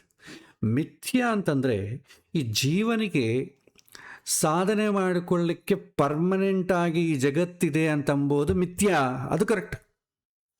ಅದನ್ನು ಟೆಂಪರರಿ ಅಂತ ಹೇಳ್ಬೋದು. ಯಾಕಂದರೆ ಯಾವತ್ತೂ ಕೂಡ ಜಗತ್ತು ಬದಲಾಗ್ತಾ ಇರುತ್ತೆ. ಬದಲಾಗ್ತಾ ಇರೋದ್ರಿಂದ ಆ ಇರೋವಂಥ ಫಾರ್ಮ್ ಮತ್ತೆ ಇರಲ್ಲ. ಅದಕ್ಕೆ ನಾವು ಮಾಯ ಅಂತ ಅನ್ಬೋದು. ಇವತ್ತಿದ್ದು ನಾಳೆ ಇಲ್ಲ. ಅದನ್ನು ಅದಕ್ಕೆ ಮಾಯ ಅಂತ ಅನ್ನೋದಕ್ಕಿಂತಲೂ ಕೂಡ ಟೆಂಪ್ರರಿ, ಇವತ್ತಿದ್ದು ನಾಳೆ ಇಲ್ಲ. ಸೊ ನಾವು ನೋಡೋದು ಯಾವುದು? ಇವಾಗ ಶರೀರ ಅಂದ್ಕೊಳ್ಳಿ, ಶರೀರ ನಿತ್ಯನ, ನಾವು ಹುಟ್ಟೋದು ಎಂದೊಂದು ದಿನ ಸಾಯಲೇಬೇಕಲ್ಲ, ಸತ್ತ ಹೋಗ್ತೇವೆ. ಮತ್ತೆ ಈ ಫಾರ್ಮ್ ನಿಮಗೆ ಬರೋದೇ ಇಲ್ಲ. ಫಾರ್ಮ್ ನಾಶ ಆಯಿತು ಅಂತಂದರೆ ಆ ವಸ್ತು ಇಲ್ಲ ಅಂತ ಅರ್ಥ ಅಲ್ಲ. ಜೀವ ಈ ಶರೀರವನ್ನು ಬಿಟ್ಟು ಇನ್ನೊಂದು ಶರೀರಕ್ಕೆ ಹೋಗ್ತದೆ. ಆದರೆ ನಾವು ಇದೇ ಶರೀರವನ್ನು ಬಿಟ್ಟು ಇನ್ನೊಂದು ಶರೀರಕ್ಕೆ ಹೋದರೆ ನಾವು ಗುರ್ತಿಸ್ಲಿಕ್ಕಾಗ್ತದ ಸೇಮ್ ಪರ್ಸನ್ ಅವನಂತ? ಗುರ್ತಿಸ್ಲಿಕ್ಕಾಗಲ್ಲ. ಆಲ್ರೆಡಿ ಇದು ನಾಶ ಆಯಿತು ಅಂತ ಅರ್ಥ. ಸೊ ಈ ಥರ ವೇದಾಂತದಲ್ಲಿ ಬೇರೆ ಬೇರೆ ಆಯಾಮದಲ್ಲಿ ಬೇರೆ ಬೇರೆ ರೀತಿಯಲ್ಲಿ ಅದು ಹೇಳ್ತಾರೆ. ಹಾಗಾಗಿ ಸಿಂಗಲ್ ಸ್ಟೇಟ್ಮೆಂಟಿಂದ ಒಂದು ವಾದವನ್ನು ಪ್ರೂವ್ ಮಾಡಲಿಕ್ಕಾಗೋದಿಲ್ಲ. ಅದಕ್ಕೆ ಬಹಳಷ್ಟು ಬೇಕಾಗ್ತದೆ. ಹಾಗಾಗಿ ಪ್ರವಚನಕಾರರಲ್ಲಿ ಪುಸ್ತಕದಲ್ಲಿ ಬರೆದಂಥ ಸಿಂಗಲ್ ಸ್ಟೇಟ್ಮೆಂಟ್ ಇಟ್ಕೊಂಡು ನಾವು ಗಲಾಟೆ ಮಾಡ್ಕೊಳ್ಬಾರ್ದು. ಜಗತ್ತು ಮಿಥ್ಯಾ ಬೇಡ, ಅದು ನಮ್ಮ ಅನುಭವಕ್ಕೆ ಬರ್ತಾ ಇದೆಯಾ? ಜಗತ್ತು ಮಿಥ್ಯಾ ಅಂತ ಅಂಬೋದು ನಮ್ಮ ಅನುಭವಕ್ಕೆ ಬಂದಿದೆಯಾ? ನಮಗೆ ಈ ಜೀವ ಅಂತಂಬೋದು ನಿತ್ಯ ಅಂಬೋದೇ ಅನುಭವಕ್ಕೆ ಬರಲಿಲ್ಲ ಇಷ್ಟು ತನಕ. ನಾವು ಇಲ್ಲಿ ಸತ್ತು ಹೋದ್ಮೇಲೆ ಆಯ್ತು, ನೀವು ಇಸ್ಲಾಂ ಫಿಲಾಸಫಿಗೆ ಹೋಗಿ ಒಂದು ಸಲ ಸ್ವರ್ಗಕ್ಕೆ ಹೋಯ್ತು ಅಂದರೆ ಆಯ್ತು, ಮತ್ತೆ ನೀವು ಬರೋ ಕೆಲಸನೇ ಇಲ್ಲ. ಅವ್ರು ಹೇಳೋದು ಅದು ಅವ್ರ ಪ್ರಕಾರ ಅಂತಂದರೆ ಮತ್ತೆ ಈ ಭೂಮಿಗೆ ಬರೋ ಕೆಲಸ ಇಲ್ಲ, ನೀವು ಬೇರೆ ಭೂಮಿಗೆ ಸುಖವಾಗಿ ಸ್ವರ್ಗದಲ್ಲಿರ್ಬೋದು ಅಂತ. ಇಲ್ಲಿ ಒಂದು ಲಾಜಿಕ್ ನೋಡಿದ್ರೆ, ಎಲ್ಲಾದರೂ ಸರಿ ಒಬ್ಬ ಮನುಷ್ಯ ಸತ್ತ ಅಂತ ಅಂದ್ಕೊಳ್ಳಿ, ಅವನು ಹೇಳೋವಂಥ ವಿಶ್ವಾಸ ಇದ್ದಂಥ ರಿಲಿಜನ್ ಏನು ಹೇಳುತ್ತೆ, ನಿನಗೆ ಮತ್ತೆ ಹುಟ್ಟು ಇಲ್ಲ. ಅವನು ಸಪೋಸ್ ಅದೇ ಜೀವ ಇಂಡಿಯಾಗೆ ಬಂದು ಹಿಂದೂ ಮತದಲ್ಲಿ ಹುಟ್ಟು ಅಂದ್ಕೊಳ್ಳಿ, ಅವಾಗ ಏನು ಮಾಡಬೇಕು? ಯಾಕಂದರೆ ಜೀವಕ್ಕೇನು ಲಿಮಿಟೇಷನ್ ಇಲ್ಲಲ್ವಾ? ಇಂಥ ದೇಶದಲ್ಲೇ ಹುಟ್ಟಬೇಕು, ಇಂಥ ವಿಚಾರಗಳಿದ್ದಂಥ ನಂಬಿಕೆಗಳಂತ ಇದರಲ್ಲೇ ಹುಟ್ಟಬೇಕು ಅಂತೇನಿಲ್ಲ. ನಾವು ಎಲ್ಲಿ ಬೇಕಾದ್ರೂ ಹುಟ್ಟಬೋದು ಜಗತ್ತಿನಲ್ಲಿ. ಭಗವಂತ ಎಲ್ಲಿ ಬೇಕಾದ್ರೂ ಹುಟ್ಟಿಸಬಹುದು. ಪ್ರಾಣಿಗಳಲ್ಲಿ ಹುಟ್ಟಬೋದು, ಮನುಷ್ಯರಲ್ಲಿ ಹುಟ್ಟಬೋದು. ಆ ಮನುಷ್ಯರಲ್ಲಿ ಕೂಡ ವಿಶೇಷವಾಗಿ ಇಂತಿಂಥ ಜಾಗದಲ್ಲಿ ಲಾಸ್ಟ್ ಟೈಮ್ ನಾನು ಇಸ್ಲಾಮಲ್ಲಿ ಹುಟ್ಟಿದೆ ಅಲ್ಲಿಯೇ ಹುಟ್ಟಬೇಕು ಅಂತೇನಿಲ್ಲ. ಯಾವಾಗ ನೀನು ಬೇರೆ ಮತದಲ್ಲಿ ಹುಟ್ಟಿದೆಯೋ ನಿನ್ನ ಫಿಲಾಸಫಿ ನಂಬಿಕೆ ಎಲ್ಲ ಬದಲಾವಣೆ ಆಗ್ತದೆ. ಅದಕ್ಕೆ ನಾವು ಹಿಂದೆ ಹೇಳಿದ್ವಲ್ಲ, ಶ್ರದ್ಧೆಯ ಬೇಲಿ, 15 ಬೇಲಿಗಳಲ್ಲಿ ಕೊನೆಯೇ ಬೇಲಿ ಅಥವಾ ಜೀವಕ್ಕೆ ಇಮಿಡಿಯೇಟ್ ಆಗಿರೋ ಬೇಲಿ ಶ್ರದ್ಧೆಯ ಬೇಲಿ, ನಂಬಿಕೆ ಬದಲಾಗ್ತಾ ಇರುತ್ತೆ. ನಾವು ಹಿಂದೂ ಮತದಲ್ಲಿ ಹುಟ್ಟಿದ್ದೇವೆ, ಈ ಮತದ ನಂಬಿಕೆ ಇರ್ತದೆ, ನಮ್ಮ ಮೇಲೆ ದೀರ್ಘವಾಗಿ ಪರಿಣಾಮ ಆಗ್ತಾ ಇರುತ್ತೆ. ನಾವು ಇದೇ ಸತ್ಯ ಇದೇ ಶಾಶ್ವತ ಅಂತ ಅಂದ್ಕೊಂಡ್ಬಿಟ್ರೆ ನೆಕ್ಸ್ಟ್ ಜನ್ಮದಲ್ಲಿ ನಾನು ಕ್ರಿಶ್ಚಿಯಾನಿಟಿಲಿ ಹುಟ್ಟಿದೆ, ಆವಾಗ ಹಿಂದೂ ಶ್ರದ್ಧೆ ಇರ್ತೀಯ ನಮಗೆ? ಇರುವುದಿಲ್ಲ. ಬೇರೆ ಶ್ರದ್ಧೆ ಬದಲಾಗ್ತದೆ. ಹಿಂದಿನ ಜನ್ಮದಲ್ಲಿ ನಾವು ಹಿಂದೂಗಳಾಗಿದ್ವಾ? ಗೊತ್ತಿಲ್ಲ. ಮುಂದಿನ ಜನ್ಮದಲ್ಲಿ ಆಗ್ತೀವ? ಗೊತ್ತಿಲ್ಲ. ಇದು ಏನೂ ಗೊತ್ತಿಲ್ಲಾರದೆ ಇದೇ ಕೊನೆಯ ಜನ್ಮ, ನಾನು ಸ್ವರ್ಗಕ್ಕೆ ಹೋಗ್ತೀನಿ ಅಂತ ಹೇಳೋದು ಹೇಗೆ? ಹಿಂದೆ ಗೊತ್ತಿಲ್ಲ, ಮುಂದೆ ಗೊತ್ತಿಲ್ಲ. ಈಗ ಅಡ್ರೆಸ್ ಇಲ್ಲಾರದೆ ಎಲ್ಲಿ ಕಳಿಸ್ಬೇಕು? ಯೋರ್ ಫ್ರಮ್ ಗೊತ್ತಿಲ್ಲ. ಸೊ ಏನೂ ಗೊತ್ತಿಲ್ಲಾರದೆ ಈಗ ನಾವು ಇದು ಮಿಥ್ಯವೋ ಸತ್ಯವೋ ಅಂತ ಪ್ರೂವ್ ಮಾಡೋದು ಹೇಗೆ? ಅದಕ್ಕೆ ಗೊಂದಲ ಮಾಡ್ಕೋಬಾರ್ದು. ಅದು ಆಯಾ ಸ್ಥಿತಿ ಅನುಭವ ಬಂದಾಗ ಬದಲಾಗ್ತದೆ. ನಾವು ಹೇಳ್ತಾರೆ ಭಾಳ ದಿನ ಫಿಲಾಸಫಿ, ಈ ಸಂಸಾರ ಅಲ್ಲ ನಿತ್ಯಪ್ಪ ಮಿಥ್ಯಪ್ಪ ಅಂತ ಹೇಳ್ತಾರೆ. ಈ ಸಂಸಾರ ಅಂಬೋದು ದೊಡ್ಡ ಮಾಯೆ ಅಂತ ಹೇಳ್ತಾರೆ. ಮಾಯೆ ಅಂತಂಬೋದು ಯಾವುದು? ಸಂಸಾರವನ್ನೇ ಹಚ್ಚಿಕೊಂಡು ಇದೇ ಶಾಶ್ವತ ಅಂತಂಬೋ ಮನಸ್ಸು ಇದಲ್ವ, ಅದು ಮಾಯಾ ಅಂತ ಅರ್ಥ. ಸಂಸಾರ ಇಲ್ಲ ಅಂತ ಅರ್ಥ ಅಲ್ಲ. ಅತಿಯಾಗಿ ಹಚ್ಚಿಕೊಂಡಿದ್ದು ಇದೇ ಸರ್ವಸ್ವ ಅಂತ ಹಚ್ಚಿಕೊಂಡಿದ್ಯಲ್ಲ, ಆ ಹಚ್ಚಿಕೊಂಡಿದ್ರಿಂದ ನೋವು ಬರ್ತದೆ. ಯಾಕಂದರೆ ನೀನು ಡಿಕ್ಲರೇಷನ್ ಹಾಕ್ತಿ, ಇದು ಹೀಗೆ ಇರಬೇಕು, ಹೀಗೆ ಆಗಬೇಕು ಅಂತ. ಆ ರೀತಿ ಇಲ್ಲದಾಗ ನೋವಾಗ್ತದೆ. ಅದಕ್ಕೆ ಮಿಥ್ಯ ಅಂತಾರೆ ಸಂಸಾರ. ಅಷ್ಟೇ ಆಗಲಿ, ಸಂಸಾರ ಇಲ್ಲ ಅಂತ ಅರ್ಥ ಅಲ್ಲ. ಸಂಸಾರ ಅಂದರೆ ಬಂಧನ ಇಲ್ಲ ಅಂತ ಅಂಬೋದು ನಮಗೆ ಅನುಭವಕ್ಕೆ ಬರಬೇಕಲ್ವಾ? ಅದು ಬರೋದಿಲ್ಲ. ಅದು ಬರಬೇಕಂದ್ರೆ ತುಂಬ ಜ್ಞಾನವನ್ನು ಗಳಿಸ್ಬೇಕಾಗ್ತದೆ. ಸದ್ಯಕ್ಕೆ ನಮ್ಮದು ಅಷ್ಟು ದೊಡ್ಡ ಅಂಥ ಸ್ಥಿತಿಯಲ್ಲಿ ನಾವೇನಿಲ್ಲ. ಆದ ಕಾರಣ ಕಿಂಚಿತ್ ನಾವು ಅರ್ಥ ಮಾಡಿಕೊಳ್ತಾ ಹೋಗೋಣ. ಮೊದಲು ಸೃಷ್ಟಿ ವಿಸ್ತಾರಕ್ಕೆ ಬೇಕಾದಂಥ ಶಕ್ತಿ ಸೃಷ್ಟಿ ಆಯಿತು. ಅದೇ ಪ್ರಕೃತಿ ಅತ್ಯಂತ ಸೂಕ್ಷ್ಮ ವಿಕಾರದಂಥ ಗುಣತ್ರಯಗಳು ಅಂತ ಹೇಳ್ತೇವೆ. ತ್ರಿಗುಣಗಳು ಅಂತ ನಾವು ಕೇಳ್ತಾ ಇರ್ತೇವೆ. ಸತ್ವ ರಜಸ್ತಮೋ ಗುಣಗಳು. ಇದು ಒಂದು ಪ್ರತಿಯೊಂದಕ್ಕೂ ಈ ಸತ್ವ ರಜಸ್ತಮೋ ಗುಣಗಳ ಸಂಪರ್ಕ ಇರುತ್ತೆ. ಪ್ರಕೃತಿಗೂ ಸತ್ವ ರಜಸ್ತಮೋ ಗುಣಗಳ ಸಂಪರ್ಕ ಇರುತ್ತೆ. ಶರೀರಕ್ಕೂ ಈ 3 ಗುಣಗಳ ಸಂಪರ್ಕ ಇರುತ್ತೆ. ಮನಸ್ಸಿಗೂ ಈ 3 ಗುಣಗಳ ಸಂಪರ್ಕ ಇರುತ್ತೆ. ಎಲ್ಲೆಲ್ಲಿ ಭಗವಂತನ ಸೃಷ್ಟಿಯಾಗಿದೆಯೋ ಅಲ್ಲಿ ಈ 3 ಗುಣದ ಸಂಪರ್ಕ ಇರುತ್ತೆ. ಶರೀರ ವಿಚಾರ ತಗೊಳ್ಳಿ. ನಮಗೆ ವಾತ ಪಿತ್ತ ಕಫ 3 ಥರ ಒಂದು ದೋಷಗಳೇನಿದೆ, ಅದರ ಮಿಶ್ರಮದಿಂದಲೇ ಈ ಶರೀರ ನಿರ್ಮಾಣ ಆಗ್ತದೆ. ಅದೇ ರೀತಿ ಮನಸ್ಸು ಕೂಡ ನೋಡಿ, ಒಂದೊಂದು ಸಲ ತುಂಬ ಕೋಪವಾಗಿರುತ್ತೆ, ಒಂದೊಂದು ಸಲ ಶಾಂತವಾಗಿರುತ್ತೆ, ಒಂದೊಂದು ಸಲ ಮತ್ತಾಗಿರುತ್ತದೆ. ಇದು ತ್ರಿಗುಣಗಳು. ಆದರೆ ಪ್ರಕೋಪ ಆಕ್ಟಿವೇಟ್ ಆದಾಗ ನಮಗೆ ಆ ರೀತಿ ಕಾಣುತ್ತೆ. ಪ್ರಕೃತಿ ಕೂಡ ಅಷ್ಟೇ. ಈ 3 ಗುಣಗಳ ಸಂಪರ್ಕದಿಂದಲೇ ಈ ಪ್ರಕೃತಿ ಸೃಷ್ಟಿಯಾಗಿದೆ. ಇದನ್ನೇ ಶಕ್ತಿ ಅಂತೇವೆ. ಈ 3 ಗುಣಗಳನ್ನು ನಾವೇನಂತೇವೆ, ಒಂಥರ ಪವರ್, ಶಕ್ತಿ. ಈ ಶಕ್ತಿ ಕಂಪನದಿಂದ ಇಡೀ ಪ್ರಪಂಚ ನಿಷ್ಪನ್ನವಾಯಿತು. ಆಕಾರ ಕೊಟ್ಟಿದ್ದು ತಾಯಿ ಲಕ್ಷ್ಮಿ, ಆಕಾರ ಪಡೆದದ್ದು ಜೀವರು, ಆಕಾರ ಕೊಡುವವನು ನಾರಾಯಣ. ನಾರಾಯಣ ಅಂತಂದರೆ ದೋಷರಹಿತನಾದವನು. ಅದೊಂದು ಹೆಸರು ಅಂತ ಡಿಕ್ಲರೇಷನ್ ಹಾಕಬೇಡಿ. ಯಾವ ದೋಷ ಇಲ್ಲದವನು ಅಂತ ಅರ್ಥ ನಾರಾಯಣ ಅಂತ ಅರ್ಥ. ನಮಗೆ ಹೆಸರುಗಳು ಇಡೋದು ಐಡೆಂಟಿಫಿಕೇಶನ್ಗೋಸ್ಕರ. ಭಗವಂತನಿಗೆ ಹೆಸರುಗಳಿರೋದು ಆತನ ಗುಣಗಳನ್ನು ತಿಳ್ಕೊಳ್ಳಿಕ್ಕೋಸ್ಕರ. ಅದಕ್ಕೆ ಆತನಿಗೆ ಬಹಳಷ್ಟು ಹೆಸರುಗಳಿರ್ತದೆ. ಯಾರು ಭಗವಂತನಲ್ಲಿ ಯಾವ ಗುಣವನ್ನು ಕಂಡ್ರೋ ಆ ಹೆಸರನ್ನಿಟ್ಟು ಭಗವಂತನ ಕರೀತಾರೆ. ನಮಗೆ ಹಾಗಲ್ಲ. ನಮಗೆ ಇಡೀ ಹುಟ್ಟಿದಾಗಿಂದಲೂ ಸಾಯೋ ಕಾಲಕ್ಕೆ ಒಂದೇ ಹೆಸರು, ಲೀಗಲಾಗಿ ಹೇಳಬೇಕಾದ್ರೆ. ಮತ್ತೆ ಫ್ರೆಂಡ್ಸು ಅವರು ಇವರು ನಮ್ಮ ದೋಷಗಳನ್ನು ಕಂಡಿಟ್ಟು ಹೆಸರು ಇಡೋದುಂಟು. ಗುಣಗಳನ್ನು ಕಂಡಲ್ಲ, ದೋಷಗಳನ್ನು ಕಂಡು. ಈ ಮಹಾಭಾರತದಲ್ಲಿ ಕರ್ಣ ಅಂತಿದೆ. ಕರ್ಣ ಅಂತಂಬೋದು ಅವನ ಹೆಸರೇ ಅಲ್ಲ, ಅದೊಂದು ಗುಣ ಅವನಿಗೆ. ಯಾಕಂದರೆ ಅವನ ಕಣ್ಣು ಕಿವಿಗಳು ತುಂಬ ಚಂದವಾಯಿತಂತೆ, ಅದಕ್ಕೆ ಅವನ ಹೆಸರು ಕರ್ಣ ಅಂತ ಬಂತು. ಆದರೆ ಇವತ್ತು ರೂಢಿಯಲ್ಲಿ ಅದೇ ಹೆಸರು ಇರೋದು. ಅವನ ಹೆಸರು ವಸುಸೇನ ಅಂತ. ನಿಜವಾದ ರಿಯಲ್ ನೇಮ್ ಲೀಗಲ್ ಆಗಿ ಇಟ್ಟೋದು ತಂದೆ ತಾಯಿ ವಸುಸೇನ ಅಂತ ಇಟ್ಟರು. ಆದರೆ ಎಲ್ಲರಿಗೂ ಸುಪರಿಚಿತ, ಎಲ್ಲರಿಗೂ ಕರ್ಣ ಅಂತಲೇ ಕರೀತಾರೆ. ಯಾಕಂದರೆ ಐಡೆಂಟಿಫಿಕೇಶನ್ ಈಸಿ. ಭಗವಂತನಿಗೆ ಐಡೆಂಟಿಫಿಕೇಶನ್ಗೋಸ್ಕರ ಯಾರ ಹೆಸರಿಡಬೇಕು? ತಂದೆ ತಾಯಿ ಇಲ್ಲ, ಭಕ್ತರೇ ಇಡಬೇಕು. ಯಾಕಂದರೆ ಭಕ್ತರು ಯಾವ ಬೇಸ್ ಮೇಲೆ ಇಡ್ತಾರೆ? ಅವನ ಗುಣದ ಬೇಸ್ ಮೇಲೆ ಇಡ್ತಾನೆ. ನಾನು ಕನ್ನಡದಲ್ಲಿ ಗುಣ ತಿಳ್ಕೊಂಡು ಅಂದ್ಕೊಂಡು ಕನ್ನಡ ಹೆಸರಿಡ್ತೇನೆ, ಸಂಸ್ಕೃತದಲ್ಲಿ ಗುಣವನ್ನು ಸಂಸ್ಕೃತ ಹೆಸರಿಡ್ತೀನಿ, ಅರಬಿಕ್ಕಲ್ಲಿ ಭಾಷೆಯಲ್ಲಿ ಅವನ ಗುಣವನ್ನು ತಿಳ್ಕೊಂಡು ಅಂದ್ಕೊಂಡು ಅರಬಿಕ್ಕಲ್ಲಿ ಹೆಸರಿಡ್ತೇನೆ. ಅದೇ ತನಾಕು, ತೊರ, ಈ ಭಾಷೆಗಳಲ್ಲಿ ಅವರವರು ಭಗವಂತನಲ್ಲಿ ಯಾವ ಗುಣವನ್ನು ಕಂಡ್ರೋ ಆ ಹೆಸರು ಅವರು ಇಡ್ತಾರೆ ಭಗವಂತನಿಗೆ. ನಮಗೇನು ತಲೆಬಿಸಿ? ಖುದಾ ಅಂತಾರೆ, ಅಲ್ಲ ಅಂತಾರೆ, ಯೆಹೋವ, ಜಶೋವ. ಇದು ಕಾಲ ಬದಲಾಗದಾಗೆಲ್ಲ ಕೂಡ ಒಂದೊಂದು ಹೆಸರುಗಳು ಬರ್ತಾನೇ ಇರುತ್ತೆ. ಆದರೆ ಅದು ಪರ್ಸನ್ ಅಂತ ಅಂದ್ಕೊಂಡು ಸಪ್ರೇಟ್ ಪರ್ಸನ್ ಅಂತ ಅಂದ್ಕೊಂಡು ತಲೆ ಕೆಡಿಸಿಕೊಂಡು ವಿಭಾಗಗಳನ್ನು ಮಾಡಿಕೊಂಡು ತುಂಬ ಒದ್ದಾಡ್ತೇವೆ. ನಾವು ಯಾರನ್ನೂ ಟೀಕೆ ಮಾಡಬಾರ್ದು. ನಾವು ಯಾರನ್ನು ಟೀಕೆ ಮಾಡ್ತೇವೋ ಮುಂದಿನ ಜನ್ಮದಲ್ಲಿ ಅಲ್ಲೇ ಹುಟ್ಟಬೇಕಾಗ್ತದೆ. ಇಸ್ಲಾಮನ್ನು ಟೀಕೆ ಮಾಡ್ತೇವೆ ಅಂದ್ಕೊಳ್ಳಿ, ಅಫ್ಘಾನಿಸ್ತಾನ ಹುಟ್ಟಬೇಕಾಗ್ತದೆ. ಹಾಗಾಗಿ ಯಾರನ್ನೂ ಟೀಕೆ ಮಾಡೋದು ಬೇಡ. ಯಾಕೆಂದರೆ ಟೀಕೆ ಮಾಡಿದ್ಮೇಲೆ ಭಗವಂತ ಇವನಿಗೆ ಸ್ವಲ್ಪ ಅನುಭವವನ್ನು ತರಿಸ್ಬೇಕಲ್ಲ, ಸೊ ಅಲ್ಲಿ ಹುಟ್ಟಿಸೋಣ ಅಂತೇಳಿ ಹುಟ್ಟಿಸಿದ್ರು ಹುಟ್ಟಿಸ್ತಾನೆ. ಹಾಗಾಗಿ ಭಗವಂತನ ಗುಣಗಳಿಂದಲೇ ನಾವು ಹೆಸರು ಕಡಿತೇವೆ. ಹಾಗಾಗಿ ಇಲ್ಲಿ ಈ ಒಂದು ನಾರಾಯಣ ಅಂತ ಅಂಬೋದು ಕನ್ಫ್ಯೂಸ್ ಮಾಡ್ಕೋಬೇಡಿ. ಅದು ಹಿಂದೂ ದೇವರ ಹೆಸರು, ಭಗವಂತನ ಹೆಸರು, ಅದು ಗುಣ. ನೀವು ಅದನ್ನು ಬೇಕಾದ್ರೆ ಇಸ್ಲಾಮಿಗೆ ಕನ್ವರ್ಟ್ ಮಾಡಿ. ಯಾವ ದೋಷ ಇಲ್ಲದವನು, ಎಲ್ಲ ಮತಗಳದ್ದು ಹೇಳ್ತವೆ ನಮ್ಮ ಭಗವಂತನಿಗೆ ಯಾವ ದೋಷವೂ ಇಲ್ಲ. ಪ್ರತಿಯೊಬ್ಬರಿಗೂ ಹಾಗೆ ಹೇಳ್ತಾರೆ. ಅವರವರು ಸಪ್ರೇಟಾಗಿ ದೇವರು ಅಂತ ಅಂದ್ಕೊಂಡಿರ್ತಾರೆ. ಅದು ಅವರ ಜ್ಞಾನಕ್ಕೆ ನಾವೇನು ಮಾಡೋಕ್ಕಾಗಲ್ಲ. ಸೊ ಈ ಕಾರಣದಿಂದ ಚತುರ್ಮುಖ ಬ್ರಹ್ಮನಿಂದ ಹಿಡಿದು ಸಮಸ್ತ ದೇವಾದಿ ಜೀವರು ಕೂಡ ಲಕ್ಷ್ಮೀನಾರಾಯಣ ಭಗವಂತನ ಮಕ್ಕಳು. ಅಷ್ಟೇ, ಸಿಂಪಲ್ ಆಗಿ. ಮೇಲಿನ ಶ್ಲೋಕದಲ್ಲಿ ಕೃಷ್ಣ ಪುರುಷ ಮತ್ತು ಪ್ರಕೃತಿ ಬಗ್ಗೆ ಹೇಳಿದ. ಪುರುಷ ಅಂತಂದ್ರೆ ಏನು? ಜೀವಾತ್ಮ ಮತ್ತು ಪರಮಾತ್ಮ. ಪ್ರಕೃತಿ ಅಂತಂದ್ರೆ ಜಡ ಪ್ರಕೃತಿ, ಚೇತನ ಪ್ರಕೃತಿ. ಸೃಷ್ಟಿ ಪ್ರಕ್ರಿಯೆಯಲ್ಲಿ ಈ 4 ಪಾತ್ರದ ವಿವರಣೆಯನ್ನ ಕೃಷ್ಣ ಮುಂದಿನ 3 ಶ್ಲೋಕಗಳಲ್ಲಿ ನಮ್ಮ ಮುಂದಿಡ್ತಾನೆ. ಮೊದಲ ಶ್ಲೋಕದಲ್ಲಿ ಕೃಷ್ಣ ಜೀವಾತ್ಮ, ಪರಮಾತ್ಮ, ಜಡ ಪ್ರಕೃತಿ, ಚೇತನ ಪ್ರಕೃತಿ ಒಟ್ಟು ವಿವರಣೆಯನ್ನು ಕೊಡ್ತಾನೆ. ನಂತರ ಇನ್ನೊಂದು ಶ್ಲೋಕದಲ್ಲಿ ಕೇವಲ ಜಡ ಪ್ರಕೃತಿ ಮತ್ತು ಜೀವಾತ್ಮರ ವಿವರಣೆಯನ್ನು ಕೊಟ್ಟು 3ನೇ ಶ್ಲೋಕದಲ್ಲಿ ಸೃಷ್ಟಿ ಪ್ರಕ್ರಿಯೆಯಲ್ಲಿ ಪರಮಪುರುಷ ಮತ್ತು ಚೇತನ ಪ್ರಕೃತಿಯ ಪಾತ್ರದ ವಿವರಣೆಯನ್ನು ನಮ್ಮ ಮುಂದೆ ಇಡ್ತಾನೆ. ನೋಡೋಣ ಒಂದೊಂದಾಗಿ.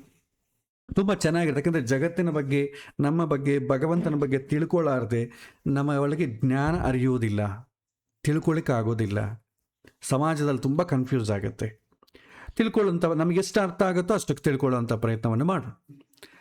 ಶ್ಲೋಕ: ಕಾರ್ಯ ಕಾರಣ ಕರ್ತೃತ್ವೇ ಹೇತು ಪ್ರಕೃತಿ ಉಚ್ಯತೆ ಪುರುಷಃ ಸುಖಃ ದುಃಖಾನಾಂ ಭೋಕ್ತೃತ್ವೇ ಹೇತು ಉಚ್ಯತೆ ಅಂತ ಹೇಳ್ತಾರೆ. ಈ ಶ್ಲೋಕದಲ್ಲಿ 2 ವಿಚಾರವನ್ನು ಕೃಷ್ಣ ಬಿಡಿಸಿ ತೋರಿಸ್ತಾನೆ. ನಮಗೆ ಒಂದು ದೇಹ ಇದೆ. ದೇಹದಲ್ಲಿ ಸುಖ ದುಃಖ ಭೋಗವನ್ನು ಅನುಭವಿಸಲಿಕ್ಕೆ ಬೇಕಾದಂಥ 5 ಇಂದ್ರಿಯಗಳನ್ನು ಕೊಟ್ಟಿದ್ದಾನೆ. ಇಂದ್ರಿಯಗಳಿಂದಲೇ ನಾವು ಭೋಗವನ್ನು ಅನುಭವಿಸೋದು. ಕಣ್ಣು ಎಂಬೋ ಇಂದ್ರಿಯ ಇಲ್ಲದೇ ಇದ್ದರೆ ಪ್ರಪಂಚ ಶೂನ್ಯ.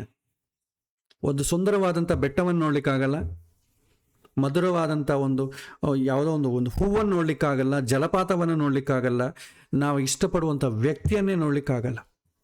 ಈ ಕಣ್ಣು ಅಂತಂಬ ಇಂದ್ರಿಯ ಇರೋದ್ರಿಂದನೇ ಜಗತ್ತೆಲ್ಲ ಕಾಣ್ತಾ ಇದೆ, ಸುಖ ಆಗ್ತಾ ಇದೆ, ಸಿನಿಮಾ ನೋಡ್ತಾ ಇದ್ದೇವೆ, ಇಷ್ಟವಾದಂಥವ್ರನ್ನ ಭೇಟಿಯಾಗ್ಲಿಕ್ಕೆ ಪ್ರಯತ್ನ ಮಾಡ್ತಾ ಇದ್ದೇವೆ.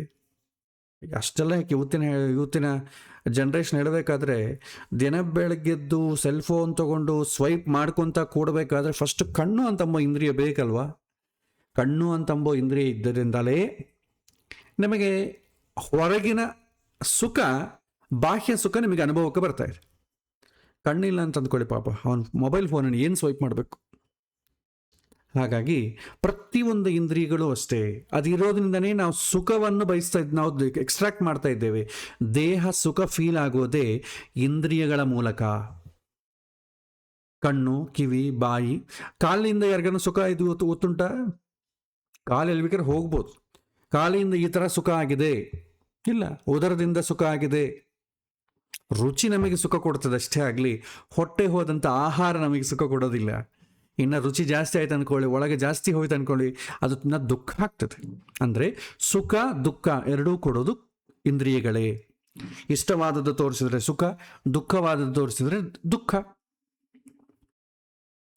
ಎಲ್ಲ ಇಂದ್ರಿಯಗಳು ಅಷ್ಟೇ, ಈ 5 ಇಂದ್ರಿಯಗಳಿದ್ದರಿಂದನೇ ಆಗ್ತದೆ. ಹೀಗೆ ಶರೀರದಲ್ಲಿ ಇಂದ್ರಿಯಗಳು, ಇಂದ್ರಿಯಗಳ ಮೂಲಕ ಸುಖ ದುಃಖ ಭೋಗ, ಇದು ಜೀವನ. ಮನುಷ್ಯ ಅನುಭವಿಸ್ತಾ ಇದ್ದರೆ ಇಂದ್ರಿಯಗಳ ಮೂಲಕವೇ ಅನುಭವಿಸ್ತಾ ಇದ್ದ. ಜೀವನಿಗೆ ಅವನ ಹಿಂದೆ ಮಾಡಿದಂತಹ ಕರ್ಮಕ್ಕೆ ಅನುಗುಣವಾಗಿ ಕಾರ್ಯ ಕಾರಣಗಳ ಕರ್ತೃತ್ವ, ಅಂದರೆ ನಮ್ಮ ಕರ್ಮಕ್ಕೆ ಅನುಗುಣವಾಗಿ ಭಗವಂತ ಈ ಜನ್ಮದಲ್ಲಿ ಒಂದು ರೂಪವನ್ನು ಕೊಟ್ಟ. ಈ ನಮ್ಮ ದೇಹ ರೂಪುಗೊಳ್ಳೋದಕ್ಕೆ ಅಧಿಷ್ಠಾನಕಾರಕ ನಮ್ಮ ತಂದೆ ತಾಯಿ. ನಮ್ಮ ದೇಹ ಜಡ ಪ್ರಕೃತಿಯಿಂದ ಆಗಿದೆ. ಈಗ ನೋಡಿ, ನಮ್ಮ ಕರ್ಮಕ್ಕೆ ಅನುಗುಣವಾಗಿ ದೇಹ ಬರ್ತದೆ. ಇದನ್ನು ಕರ್ಮ ಸಿದ್ಧಾಂತವನ್ನು ನಾವು ಅರ್ಥ ಮಾಡ್ಕೊಳ್ಬೇಕಾದ್ರೆ ಲೌಕಿಕವಾಗಿ ನಮ್ಮ ಜೀವನವನ್ನು ನೋಡ್ರೆ ಈಸಿ ಅರ್ಥ ಆಗ್ತದೆ. ಒಬ್ಬ ವಿದ್ಯಾರ್ಥಿ ಒಳ್ಳೆ ಕಾಲೇಜಲ್ಲಿ ಸೀಟ್ ಬರಬೇಕು ಅಂದರೆ ಏನು ಮಾಡಬೇಕು? ಚೆನ್ನಾಗಿ ಓದಬೇಕು, ಚೆನ್ನಾಗಿ ಓದಿ ಒಳ್ಳೆ ಮಾರ್ಕ್ಸ್ ಬಂದು ಎಂಟ್ರೆನ್ಸ್ ಎಕ್ಸಾಮ್ ಎಲ್ಲ ಪಾಸಾಗಿ ಟಾಪ್ ಅಂತ ಯಾರು ಬರ್ತಾರೋ ಅವನಿಗೆ ಫಸ್ಟ್ ಪ್ರಯಾರಿಟಿ ಕೊಡ್ತಾರೆ. ಉಳಿದವರಿಗೆ ಅವರವರ ಎಫಿಷಿಯನ್ಸಿ, ಅವರವರ ಮಾರ್ಕುಗಳು, ರ್ಯಾಂಕ್ಗಳ ಬೇಸ್ ಮೇಲೆಯೇ ಕಾಲೇಜಲ್ಲಿ ಸೀಟ್ ಆಗಬಹುದು, ಉದ್ಯೋಗ ಆಗಬಹುದು, ಹಣ ಆಗಬಹುದು, ಅವನಿಗೆ ಮದುವೆ ಆಗೋದಾಗಲಿ, ಎಲ್ಲ ನಿಮಗೆ ಇಡೀ ಪ್ರಪಂಚ ನಿಮಗೆ ಸಲಾಂ ಹೊಡೆಯೋದಾಗಲಿ ಆ ಬೇಸ್ ಮೇಲೇ. ಅದೇ ರೀತಿ ಒಂದು ಜೀವ ಎಲ್ಲಿ ಹುಟ್ಟಬೇಕು, ಯಾವ ದೇಹದಲ್ಲಿ ಹುಟ್ಟಬೇಕು, ಯಾವ ಪ್ರಕೃತಿಯಲ್ಲಿ ಹುಟ್ಟಬೇಕು, ಎಂಥ ಮನುಷ್ಯರ ಮಧ್ಯೆ ಬೆಳಿಬೇಕು ಅಂತಂಬೋದು ಕೂಡ ಆ ಜೀವದ ಪರ್ಫಾರ್ಮೆನ್ಸ್ ಕಾರ್ಡ್ ಮೇಲೆ ಆಧಾರ ಪಟ್ಟಿರ್ತದೆ. ಆ ಪರ್ಫಾರ್ಮೆನ್ಸ್ ಕಾರ್ಡನ್ನೇ ನಾವೇನಂತೀವಿ ಇಲ್ಲಿ ಜಾತಕ ಅಂತ ಕರಿತೇವೆ. ಜಾತಕ ಅಂತಂದರೆ ಅದರಲ್ಲಿ ಕರ್ಮವೇ ಸೂಚನೆ ಮಾಡೋದು, ಪ್ರಾರಬ್ಧ ಕರ್ಮ, ಸಂಚಿತ ಕರ್ಮ, ಆಗಾಮಿ ಕರ್ಮ. ಆ ಕ್ವಾಲಿಟಿ ಅಂತಂಬೋದು ನಮಗೆ ಜಾತಕದಲ್ಲಿ ಕಾಣುತ್ತೆ. ಅದಕ್ಕೆ ಅಲ್ವಾ ಜಾತಕ ಚೆನ್ನಾಗಿದ್ದರೆ ನಾವು ಅಂದ್ಕೊಂಡಿದ್ದೆಲ್ಲ ಸುಲಭವಾಗಿ ಹೋಗ್ತದೆ. ಜಾತಕ ವೀಕ್, ಕಷ್ಟವಾಗಿ ತಂದ್ಕೊಳ್ಳಿ, ನಾವು ಅನುಭವಿಸೋದು ಕಷ್ಟ ಅನುಭವಿಸ್ಬೇಕಾಗ್ತದೆ. ಇದನ್ನು ನಾವು ಡಿಕೋಡಿಂಗ್ ಮಾಡ್ತೇವೆ. ಬ್ರಹ್ಮದೇವರು ಎನ್ಕೋಡಿಂಗ್ ಮಾಡಿ ಕಳಿಸ್ತಾನೆ ಈ ಜೀವಕ್ಕೆ. ಯಾಕಂದರೆ ಜ್ಯೋತಿಷ್ಯ ಅಂತಂಬೋದೇನು ಒಂದು ಅವಕಾಶ, ಇವನ ಜೀವನದಲ್ಲಿ ಏನಾಗ್ತದೆ ಅಂತ ಜೀವ ತಿಳ್ಕೊಳ್ಳಿಕ್ಕೆ ಒಂದು ಅವಕಾಶಕ್ಕೋಸ್ಕರವೇ ಜ್ಯೋತಿಷ್ಯಾಸ್ತ್ರ ಸೃಷ್ಟಿಯಾಗಿರೋದು. ಅದರಿಂದ ನನ್ನ ಬಗ್ಗೆ ತಿಳ್ಕೊಂಡು ನನ್ನ ಉದ್ಧಾರ ಮಾಡಿಕೊಳ್ಳೋದಕ್ಕೋಸ್ಕರ ನಾವು ಮುಂದೆ ಹೊರಿಬೇಕು. ಸೊ ಹೀಗೆ ಪ್ರಾರಬ್ಧ ಕರ್ಮದ ಬೇಸ್ ಮೇಲೆ ಎಲ್ಲರೂ ಹುಡ್ತಾರೆ. ಇಲ್ಲದ್ರೆ ಎಲ್ಲರೂ ಈ ಕರ್ಮ ಸಿದ್ಧಾಂತ ನಾವು ಒಪ್ಪೋದಿಲ್ಲ, ಇದು ಹಿಂದೂ ಧರ್ಮ ಅದು ಇದೆ ಅಂತಂದರೆ ಮತ್ತು ಲೌಕಿಕ ಧರ್ಮ ಹೇಗೆ ನಡೀತದೆ? ಈ ರ್ಯಾಂಕ್ಗಳು ಗಿಂಕ್ಗಳು ನಾನು ಒಪ್ಪೋದಿಲ್ಲ, ಎಕ್ಸಾಮಿನೇಷನ್ ಒಪ್ಪೋದಿಲ್ಲ, ಫಸ್ಟ್ ಪ್ರಯಾರಿಟಿ ನಂಗೆ ಕೊಡಬೇಕು ಅಂದರೆ ಕೊಡ್ಲಿಕ್ಕೆ ಆಗ್ತದೆ? ಆ ರೀತಿ ಆದರೆ ಸಿಸ್ಟಮ್ ಏನಾಗ್ತದೆ? ಸಿಸ್ಟಮ್ ಪೂರ್ತಿ ಹಾಳಾಗೋಗ್ತದೆ. ಇವತ್ತು ರಿಸರ್ವೇಷನ್ ಸಿಸ್ಟಮ್ ಇದೆ, ಏನಾಯಿತು? ಚೆನ್ನಾಗಿದೆ ರಿಸರ್ವೇಷನ್ ಸಿಸ್ಟಮು, ಆ ಕಾಲಕ್ಕೆ ತುಂಬ ಅನುಕೂಲವಾಗಿತ್ತು. ಪಾಪ ತುಂಬ ಬಡತನದಲ್ಲಿದ್ದವರು, ಅವ್ರಿಗೆ ಅವಕಾಶವೇ ಸಿಗದೇ ಇದ್ದಾಗ ಅದು ಬೇಕಾಗ್ತದೆ. ಇಂದಿಗೂ ರಿಸರ್ವೇಷನ್ ಸಿಸ್ಟಮ್ ಇರೋದ್ರಿಂದ ಏನಾಯಿತು? ಒಳ್ಳೆ ಓದ್ಕೊಂಡಾಗ ಪರ್ಫಾರ್ಮೆನ್ಸ್ ಇಲ್ಲ, ಒಳ್ಳೆ ಚೆನ್ನಾಗಿ ಓದ್ಕೋತಾನೆ, ಅವನಿಗೆ ಇರೋ 10 ಉದ್ಯೋಗಗಳಿಗೆ 10,000 ಲಕ್ಷ ಜನ ಟ್ರೈ ಮಾಡ್ತಾರೆ, ಇರೋದು 10 ಉದ್ಯೋಗನೇ, 10 ಉದ್ಯೋಗ ಅವನಿಗೆ ಕೊಟ್ಟು ನಡೆಂತಾರೆ. ಉಳಿದವರು ಓದಿಕೊಂಡು ಏನು ಮಾಡಬೇಕು? ಇವತ್ತಂತೂ ಘೋರ, ಎಲ್ಲರೂ ಇಂಜಿನಿಯರಿಂಗ್ ಸೇರಿಸ್ತಾ ಇದ್ದಾರೆ. ಪ್ರತಿಯೊಬ್ಬರು ಇಂಜಿನಿಯರಿಂಗ್ ಮಾಡಿ ಏನು ಮಾಡ್ತಾರೆ ಅವರು? ಕಂಪ್ಯೂಟರ್ ಇಂಜಿನಿಯರಿಂಗ್ ಮಾಡಿ ಒಂದು ಕಾಲ್ ಸೆಂಟರ್ ಇಟ್ಕೋತಾರೆ. ಇವತ್ತೆಲ್ಲ ಫ್ರಾಡ್ ಆಗ್ತಾ ಇಲ್ವಾ? ಮೆಸೇಜ್ಗಳು ಕಳಿಸ್ತಾರೆ, ಅದನ್ನು ಲಿಂಕ್ ಪ್ರೆಸ್ ಮಾಡಿ ಅಂತಾರೆ, OTP ಹೇಳಿ ಅಂತಾರೆ. ಇವರೆಲ್ಲ ಯಾರು? ಓದಿಕೊಂಡವರೇ. ಹಿಂದಿನ ಕಾಲದಲ್ಲಿ ಆದರೆ ಮೋಸಗಾರರು ಇವರೆಲ್ಲ ಕೂಡ ಪಾಪ ಓದಿಕೊಳ್ಳದೆ ಸಮಾಜದಲ್ಲಿ ಬದುಕಲಿಕ್ಕಾಗದೆ ಏನು ಮಾಡಬೇಕು? ಯಾರು ಉದ್ಯೋಗ ಕೊಡಲ್ಲ ಅವನಿಗೆ. ಏನು ಮಾಡಬೇಕು? ಕೊನೆಗೆ ಕದಿಯೋದು ಸ್ಟಾರ್ಟ್ ಮಾಡ್ತಾನೆ. ಅವನಿಗೆ ಒಳ್ಳೆ ಅವಕಾಶ ಸಮಾಜದಲ್ಲಿ ಕೊಟ್ಟರೆ ಅವನು ಯಾಕೆ ಕದೀತಾನೆ? ಅವಕಾಶ ಇಲ್ಲ. ಈಗ ಏನಾಗಿದೆ? ಹಿಂದೆ ಓದಿಕೊಳ್ಳಂಥ ಕಳ್ಳರು ಜಾಸ್ತಿ ಇದ್ದರು, ಈಗ ಓದಿಕೊಂಡ ಕಳ್ಳರು ಜಾಸ್ತಿ ಆಗಿದ್ದಾರೆ. ಎಷ್ಟು ಫ್ರಾಡು! ಯಾವುದನ್ನ ಒಂದು ಸಾಫ್ಟ್ವೇರ್ ಮಾಡೋಣಿಕೆ ಅದನ್ನು ಹೇಗೆ ಬ್ರೇಕ್ ಮಾಡೋದು ಅಂತ ಇನ್ನೊಬ್ಬರು ತಯಾರು ಮಾಡ್ತಿದ್ದಾನೆ ಅಂದರೆ ಇನ್ನು ಏನರ್ಥ? ಸೆಕ್ಯೂರಿಟಿ ವಾಲ್ಸ್ ಬ್ರೇಕ್ ಮಾಡಿಕೊಂಡು ಪ್ರತಿಯೊಂದಕ್ಕೂ ಪಾಸ್ವರ್ಡು, OTPಗಳು ಇಷ್ಟೆಲ್ಲ ಮಾಡಿ ಕೂಡ ಹ್ಯಾಕಿಂಗ್ ಆಗ್ತದೆ. ನಮ್ಮ ಡೇಟಾ ಯಾರ ಹತ್ರ ಇದೆಯೋ ಇವತ್ತಿನ ದಿನ ಅಗಮ್ಯ ಗೋಚರವಾಗಿದೆ. ಹಾಗಾಗಿ ಇಲ್ಲಿ ಹೇಳೋದು ಪ್ರಾರಬ್ಧ ಕರ್ಮವಶಾತ್ ಎಲ್ಲವೂ ಆಗ್ತದೆ. ಈ ಲೌಕಿಕದಲ್ಲಿ ಸಿಸ್ಟಮ್ ಫೇಲ್ ಆದರೆ ಇವತ್ತು ನಾವು ಹೇಗೆ ಅನುಭವಿಸ್ತಾ ಇದ್ದೇವೆ? ರಿಸರ್ವೇಷನ್ ಸಿಸ್ಟಮಿಂದ ಏನು ಫೇಲ್ ಆಯಿತು? ನಾವು ಓದಿಕೊಳ್ಳೋದಕ್ಕೆ ಒಂದು ಸಿಸ್ಟಮ್ ಬೇಕು. ಹಳ್ಳಿಯಲ್ಲಿ ನೋಡಿ, ಹಳ್ಳಿಯಲ್ಲಿ ಪಾಪ ಜನ ಅವ್ರಿಗೆ ಗೊತ್ತಿಲ್ಲ. ಟೊಮೆಟೊ ರೇಟ್ ಚೆನ್ನಾಗಿದೆ, ಬಾಕ್ಸ್ ಒಂದು 200 ರೂಪೀಸ್ ಹೋಗ್ತಾ ಇದೆ ಅಂತಂದ್ರೆ ಎಲ್ಲರೂ ಟೊಮೆಟೊ ಹಾಕಿಬಿಡ್ತಾರೆ. ಏನಾಗ್ತದೆ? ಬೆಳೆಯೋಳಿಗೆ ಆ ಟೊಮೆಟೊ ಒಂದು ಬಾಕ್ಸ್ ರೇಟ್ 2 ರೂಪಾಯೋ 10 ರೂಪಾಯಿ ಬಿದ್ದು ಹೋಗ್ತದೆ. ಏನು ಮಾಡಬೇಕು ಅವನು? ಅವ್ರಿಗೆ ಗೊತ್ತಿಲ್ಲ ಪಾಪ. ಆದರೆ ಎಲ್ಲರೂ ಒಂದೇ ಸಲ ಹಾಕಿದರೆ ಡಿಮ್ಯಾಂಡ್ ಬಿದ್ದೋಗ್ತದೆ, ಗೊತ್ತಿಲ್ಲ. ಅವ್ರನ್ನ ಗೈಡ್ ಮಾಡುವಂಥ ಸಮಾಜ ಕೂಡ ಇಲ್ಲ. ಆದರೆ ಓದಿಕೊಂಡಂಥವ್ರು ಎಲ್ಲರೂ ಒಂದು ಇವಾಗ ಬೂಮ್ ಚೆನ್ನಾಗಿದೆ ಸಾಫ್ಟ್ವೇರ್ ಅಂತ ಎಲ್ಲರದಕ್ಕೆ ಮಾಡಿಬಿಟ್ರೆ ಏನಾಗ್ತದೆ? ಬಿದ್ದು ಹೋಗ್ತದೆ. ಸೊ ಹಾಗಾಗಿ ತಿಳುವಳಿಕೆ ಹೇಳೋದು.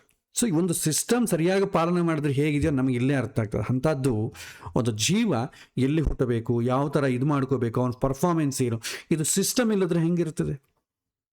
ಸೊ ಅದಕ್ಕೆ ಭಗವಂತ ಒಂದು ಬ್ಯೂಟಿಫುಲ್ ಸಿಸ್ಟಮ್ ಮಾಡಿದ್ದಾನೆ. ಪರ್ಫಾರ್ಮೆನ್ಸ್ ಆಧಾರವಾಗಿ ಅವನಿಗೆ ಮುಂದಿನ ಅವಕಾಶ, ಅದನ್ನೇ ನಾವು ಕರ್ಮ ಸಿದ್ಧಾಂತ ಅಂತೇವೆ. ಅದನ್ನು ಜ್ಯೋತಿಷ್ಯದಿಂದ ನಾವು ಡಿಕೋಡ್ ಮಾಡಿಕೊಳ್ತೇವೆ, ಅರ್ಥ ಮಾಡಿಕೊಳ್ತೇವೆ. ಅಷ್ಟೇ ಆಗಲಿ, ಇದು ಹಿಂದೂಗಳಿಗೆ ಸಂಬಂಧಪಟ್ಟದ್ದು ಕರ್ಮ ಸಿದ್ಧಾಂತ ಅಂತ ಅಂದ್ಕೋಬೇಡಿ. ಇದು ಪರ್ಫಾರ್ಮೆನ್ಸನ್ನು, ಒಬ್ಬ ಜೀವನ ಪರ್ಫಾರ್ಮೆನ್ಸನ್ನು ಮಾಡಿ ಮುಂದಿನ ಅವಕಾಶ ಕೊಡಲಿಕ್ಕಿಟ್ಟಂಥ ಒಂದು ವ್ಯವಸ್ಥೆ. ಸೊ ಹಾಗಾಗಿ ದೇಹದ ರಚನೆಯಲ್ಲಿ ಚೇತನ ಮತ್ತು ಜಡ ಪ್ರಕೃತಿ ಒಳಗೊಂಡರೆ ಭಗವಂತ ಜೀವನಿಗೆ ಭೋಕ್ತೃತ್ವದ ಅನುಭವವನ್ನು ಸ್ವಯಂ ಅಂತರ್ಯಾಮಿಗೆ ನಿಂತು ನೀಡ್ತಾನೆ. ಜೀವನಿಗೆ ಇಂದ್ರಿಯಗಳಿಂದ ಅನುಭವ ಹೆಂಗೆ ಬರ್ತಾ ಇದೆ? ಭಗವಂತನ ಅನುಗ್ರಹದಿಂದ ಇರೋದ್ರಿಂದಲೇ. ಮತ್ತೊಂದು ಶ್ಲೋಕ ನೋಡೋಣ. ಪುರುಷಃ ಪ್ರಕೃತಿಸ್ಥಃ ಹಿ ಭುಂಕ್ತೆ ಪ್ರಕೃತಿಜಾನ್ ಗುಣಾನ್ ಕಾರಣಂ ಗುಣಸಂಗ ಅಸ್ಯ ಸತ್ ಅಸತ್ ಯೋನಿ ಜನ್ಮಸು ಅಂತ ಹೇಳ್ತಾರೆ. ಪ್ರಕೃತಿ ನಿರ್ಮಿತವಾದಂಥ ದೇಹದಲ್ಲಿ ಭಗವಂತನಿದ್ದಾನೆ, ದೇವತೆಗಳಿದ್ದಾರೆ. ಆದರೆ ದೇಹದಲ್ಲಿದ್ದು ಸುಖ ದುಃಖದ ಭೋಗವನ್ನು ಅನುಭವಿಸುವನು ಮಾತ್ರ ಜೀವನೇ. ನಾವು ಹಿಂದೆ ಪ್ರಾರಂಭದ ಪಾಠಗಳಲ್ಲಿ ಷಡ್ವಿಧಿಗಳು ಅಥವಾ 6 ಶಾಸ್ತ್ರಗಳು ತಿಳ್ಕೊಂಡ್ವಿ. ಅಧಿಭೂತ ವಿಜ್ಞಾನ, ಅಧ್ಯಾತ್ಮ ವಿಜ್ಞಾನ, ಅಧಿದೈವ ವಿಜ್ಞಾನ ಅಂತ ತಿಳ್ಕೊಂಡ್ವಿ. ಅಧಿಭೂತ ವಿಜ್ಞಾನ ಅಂತಂದರೆ ಶರೀರ ಹೇಗೆ ನಿರ್ಮಾಣ ಆಯಿತು, 3 ದೋಷಗಳಿಂದ 3 ಗುಣಗಳಿಂದ ಹೇಗೆ ನಿರ್ಮಾಣ ಆಯಿತು, ಸತ್ವರಜಸ್ತಮೋ ಗುಣಗಳು, ಇದು ವಿಕಾರಗಳು ಹೇಗಾಯಿತು, ಇಂದ್ರಿಯಗಳು ಹೇಗೆ ಮಾಡಲ್ಪಟ್ಟಿತು, ಅದು ಹೇಗೆ ಸುಖ ಕೊಡ್ತಾ ಇದೆ, ಇದೆಲ್ಲ ಕೂಡ ಅಧಿಭೂತ ವಿಜ್ಞಾನ. ಕಣ್ಣಿಗೆ ಕಾಣುವಂಥ ವಸ್ತುಗಳ ಬಗ್ಗೆ ನಾವು ಆಳವಾಗಿ ಯೋಚನೆ ಮಾಡೋದು. ಅಧ್ಯಾತ್ಮ ವಿಜ್ಞಾನ ಇದೆಲ್ಲ ಹಿಂದೆ ಕೂಡ ಪ್ರತಿಯೊಂದು ಇಂದ್ರಿಯ ಇದೆ. ಯಾಕಂದರೆ ಇಂದ್ರಿಯದಿಂದನೇ ನಾವು ಇದನ್ನು ಸುಖವನ್ನು ಅನುಭವಿಸೋದು. ಕಣ್ಣು ಫಿಸಿಕಲ್ ಆಗಿರುತ್ತೆ, ಬಟ್ ಕಣ್ಣಿಗೆ ನೋಡೋ ಶಕ್ತಿ ಬೇಕಲ್ವಾ? ಆ ಶಕ್ತಿಯನ್ನು ನಾವು ಇಂದ್ರಿಯ ಅಂತಂತೇವೆ. ಕಣ್ಣು ಇಂದ್ರಿಯ ಅಲ್ಲ. ಕಣ್ಣಿನಲ್ಲಿ ಚಕ್ಷುರಿಂದ್ರಿಯ ಅಂತ ಒಂದು ಶಕ್ತಿ ಇರ್ತದೆ. ಆ ಶಕ್ತಿ ಇದ್ದರೆ ಮಾತ್ರವೇ ನೋಡ್ಲಿಕ್ಕೆ ಆಗುತ್ತೆ. ಅದು ವಯಸ್ಸಾಗ್ತಾ ಆಗ್ತಾ ಏನಾಗುತ್ತೆ? ವಿತ್ಡ್ರಾ ಆಗ್ತಾ ಹೋಗುತ್ತೆ ಆ ಶಕ್ತಿ. ಅವಾಗೇನಾಗುತ್ತೆ? ಕಣ್ಣು ಕಾಣಲ್ಲ. ಕಣ್ಣು ಕಾಣಲ್ಲ ಅಂದರೆ ಕಣ್ಣು ಇಲ್ಲ ಅಂತಂದ್ರೆ ಏನು? ಫಿಸಿಕಲಾಗಿ ಇಲ್ಲ ಅಂತಲ್ಲ, ಫಿಸಿಕಲಾಗಿ ಕಣ್ಣು ಇದೆ, ನೋಡ್ಲಿಕ್ಕೆ ಶಕ್ತಿ ಇಲ್ಲ. ಎಲ್ಲ ಇಂದ್ರಿಯಗಳು ಇಷ್ಟೇ. ಕಿವಿ ಭಾಳ ಜನಕ್ಕೆ ಹೋಗ್ತಾ ಹೋಗುತ್ತೆ, ಕಿವಿ ಕೇಳಿಸೋದಿಲ್ಲ. ಯಾಕಂದರೆ ಕಿವಿಗೆ ಶಕ್ತಿ ಇಲ್ಲ. ಕರ್ಣೇಂದ್ರಿಯ ಶಕ್ತಿ ಕಡಿಮೆ ಆಗ್ತಾ ಹೋಗ್ತದೆ. ಕರ್ಣೇಂದ್ರಿಯ, ವಾಗೇಂದ್ರಿಯ, ನಾಸಿಕೇಂದ್ರಿಯ, ಈ ಥರ ಶಕ್ತಿ ಕಳೆದ ಹೋಗ್ತದೆ. ಸೊ ಹಾಗಾಗಿ ಪ್ರತಿಯೊಂದು ಇಂದ್ರಿಯದ ಇದೆ, ಅದು ಸುಖ ಕೊಡ್ತಾ ಇದೆ ಅಂತ ತಿಳ್ಕೊಳ್ಳೋದೇ ಅಧ್ಯಾತ್ಮ ವಿಜ್ಞಾನ. ಅಂದರೆ ಕಣ್ಣಿಗೆ ಕಾಣಿಸುವಂಥ ಶರೀರದ ಹಿಂದೆ ಕಣ್ಣಿಗೆ ಕಾಣದಂತ ಇರುವಂಥ ಶಕ್ತಿ ಫಂಕ್ಷನ್ ಆಗ್ತಾ ಇದೆ. ಆ ಶಕ್ತಿ ಕ್ಷೇತ್ರಗಳ ಬಗ್ಗೆ ಹೇಳುವಂಥ ಶಾಸ್ತ್ರವೇ ಅಧ್ಯಾತ್ಮ ವಿಜ್ಞಾನ. ಈ ಇಂದ್ರಿಯಗಳೇನು, ಈ ಇಂದ್ರಿಯಗಳಿಗೆ ರಾಜನಾದಂಥ ಮನಸ್ಸು, ಆ ಮನಸ್ಸು ಏನು ಮಾಡ್ತಾ ಇದೆ, ಬುದ್ಧಿ ಏನು ಮಾಡ್ತಾ ಇದೆ, ಇದರ ಬಗ್ಗೆ ಹೇಳುವಂಥದ್ದು ಶಾಸ್ತ್ರ ಯಾವುದಂದ್ರೆ ಅಧ್ಯಾತ್ಮ ವಿಜ್ಞಾನ ಅಂತೆ. ಹಾಗೆ ಪ್ರತಿಯೊಂದು ಇಂದ್ರಿಯದ ಹಿಂದೆ ಆ ಇಂದ್ರಿಯ ಕೆಲಸ ಮಾಡಬೇಕಾದ್ರೆ, ಆ ಶಕ್ತಿ ಕೆಲಸ ಮಾಡಬೇಕಾದ್ರೆ, ಆ ಶಕ್ತಿಯನ್ನು ನಿಯಂತ್ರಣ ಮಾಡುವಂಥ ದೇವತೆ ಒಬ್ಬರಿದ್ದಾರೆ. ಅವರ ಬಗ್ಗೆ ತಿಳ್ಕೊಳ್ಳೋದನ್ನೇ ಅಧಿದೈವ ವಿಜ್ಞಾನ ಅಂತ ಕರಿತೇವೆ. ಮೂರನೇದು ಕಣ್ಣು ಇಂದ್ರಿಯ ನಿಮಗೆ ಕೆಲಸ ಮಾಡ್ಬೇಕಂದ್ಕೊಳ್ಳಿ. ಇಂದ್ರಿಯ ಕೆಲಸ ಮಾಡಬೇಕು ಅಂತಂದರೆ ನಮಗೆ ಕಣ್ಣಿದೆ, ಕಣ್ಣಿನ ಒಳಗೆ ಇಂದ್ರಿಯ ಶಕ್ತಿ ಇದೆ. ಆ ಶಕ್ತಿ ಕೆಲಸ ಮಾಡಬೇಕಾದ್ರೆ ಫಸ್ಟು ಬೆಳಕು ಬೇಕಲ್ವಾ. ಹೊರಗಿಂದ ಸೂರ್ಯ ಬೆಳಕು ಹಾಕಿದ್ರೇ ಕಣ್ಣು ಕಾಣ್ತದೆ. ಇಲ್ಲ ಸೂರ್ಯನ ಬೆಳಕೇ ಇಲ್ಲ ಅಂತ ಅಂದ್ಕೊಂಡು ರಾತ್ರಿ ಹೊತ್ತು ಎಲ್ಲಿ ಕಾಣ್ತದೆ? ಎಲ್ಲೋ ಒಂದು ಕಾಡಿನಲ್ಲಿ ಕೂತೀವಿ, ಅಮಾವಾಸ್ಯ ದಿನ, ಕಡುಗತ್ತಲು. ಇಂದ್ರಿಯಗಳು ತುಂಬ ಚೆನ್ನಾಗಿವೆ, ಕಣ್ಣು ಇದೆ, ಕಣ್ಣು ಕೊಟ್ಟಿದ್ದಾನೆ ಭಗವಂತ, ಇಂದ್ರಿಯಗಳು ಕೊಟ್ಟಿದ್ದಾನೆ. ಬಟ್ ನೋಡಲಿಕ್ಕೆ ಶಕ್ತಿ ಎಲ್ಲಿದೆ? ಇಲ್ಲ. ಯಾರೋ ಒಬ್ಬರು ಬೆಳಕು ಹಾಕಬೇಕು, ಸೂರ್ಯನ ಬೆಳಕು ಹಾಕಬೇಕು ಅಥವಾ ಟಾರ್ಚ್ ಲೈಟನ್ನು ಹಾಕಬೇಕು. ಹಾಗಿದ್ರೇ ನಮಗೆ ಕಾಣುತ್ತೆ. ಅಂದರೆ ಪ್ರತಿಯೊಂದು ಇಂದ್ರಿಯವನ್ನು ನಿಯಂತ್ರಣ ಮಾಡೋ ದೇವತೆ ಇದೆ. ಶಬ್ದಗ್ರಹಣ ಮಾಡಬೇಕಂತ ಅಂದ್ಕೊಳ್ಳಿ, ಗಾಳಿ ಬೇಕು. ಗಾಳಿ ಇದ್ರೇ ನಿಮಗೆ ಶಬ್ದಗ್ರಹಣ ಮಾಡಲಿಕ್ಕೆ ಆಗ್ತದೆ. ಹಾಗೆ ಏನಾದರೂ ತಿಂದರೆ ರುಚಿ ಆಗಬೇಕು ಅಂತಂದರೆ ವರುಣ, ನೀರಿನಲ್ಲೇ ರುಚಿ ಇರೋದು. ನಾಲಿಗೆ ಮರಗಟ್ಟು ಹೋಯ್ತು ಅಂದ್ಕೊಳ್ಳಿ, ಯಾವುದೋ ಒಂದು ಬಿಸಿ ಪದಾರ್ಥ ತಿನ್ನಿ, ನಾಲಿಗೆ ಮರಗಟ್ಟು ಹೋಗ್ತದೆ. ಅಲ್ಲಿ ವರುಣ ಅಸಲು ನಿಮಗೆ ತಿಂದರೆ ರುಚಿ ಕೂಡ ಗೊತ್ತಾಗಲ್ಲ. ಹಾಗೆ ಪ್ರತಿಯೊಂದಕ್ಕೂ ಕಿವಿ, ಮೂಗು, ತೋಳು, ಪ್ರತಿಯೊಂದಕ್ಕೂ ಒಂದು ಇಂದ್ರಿಯ ಅಭಿಮಾನ ದೇವತೆ ಇದ್ದಾರೆ.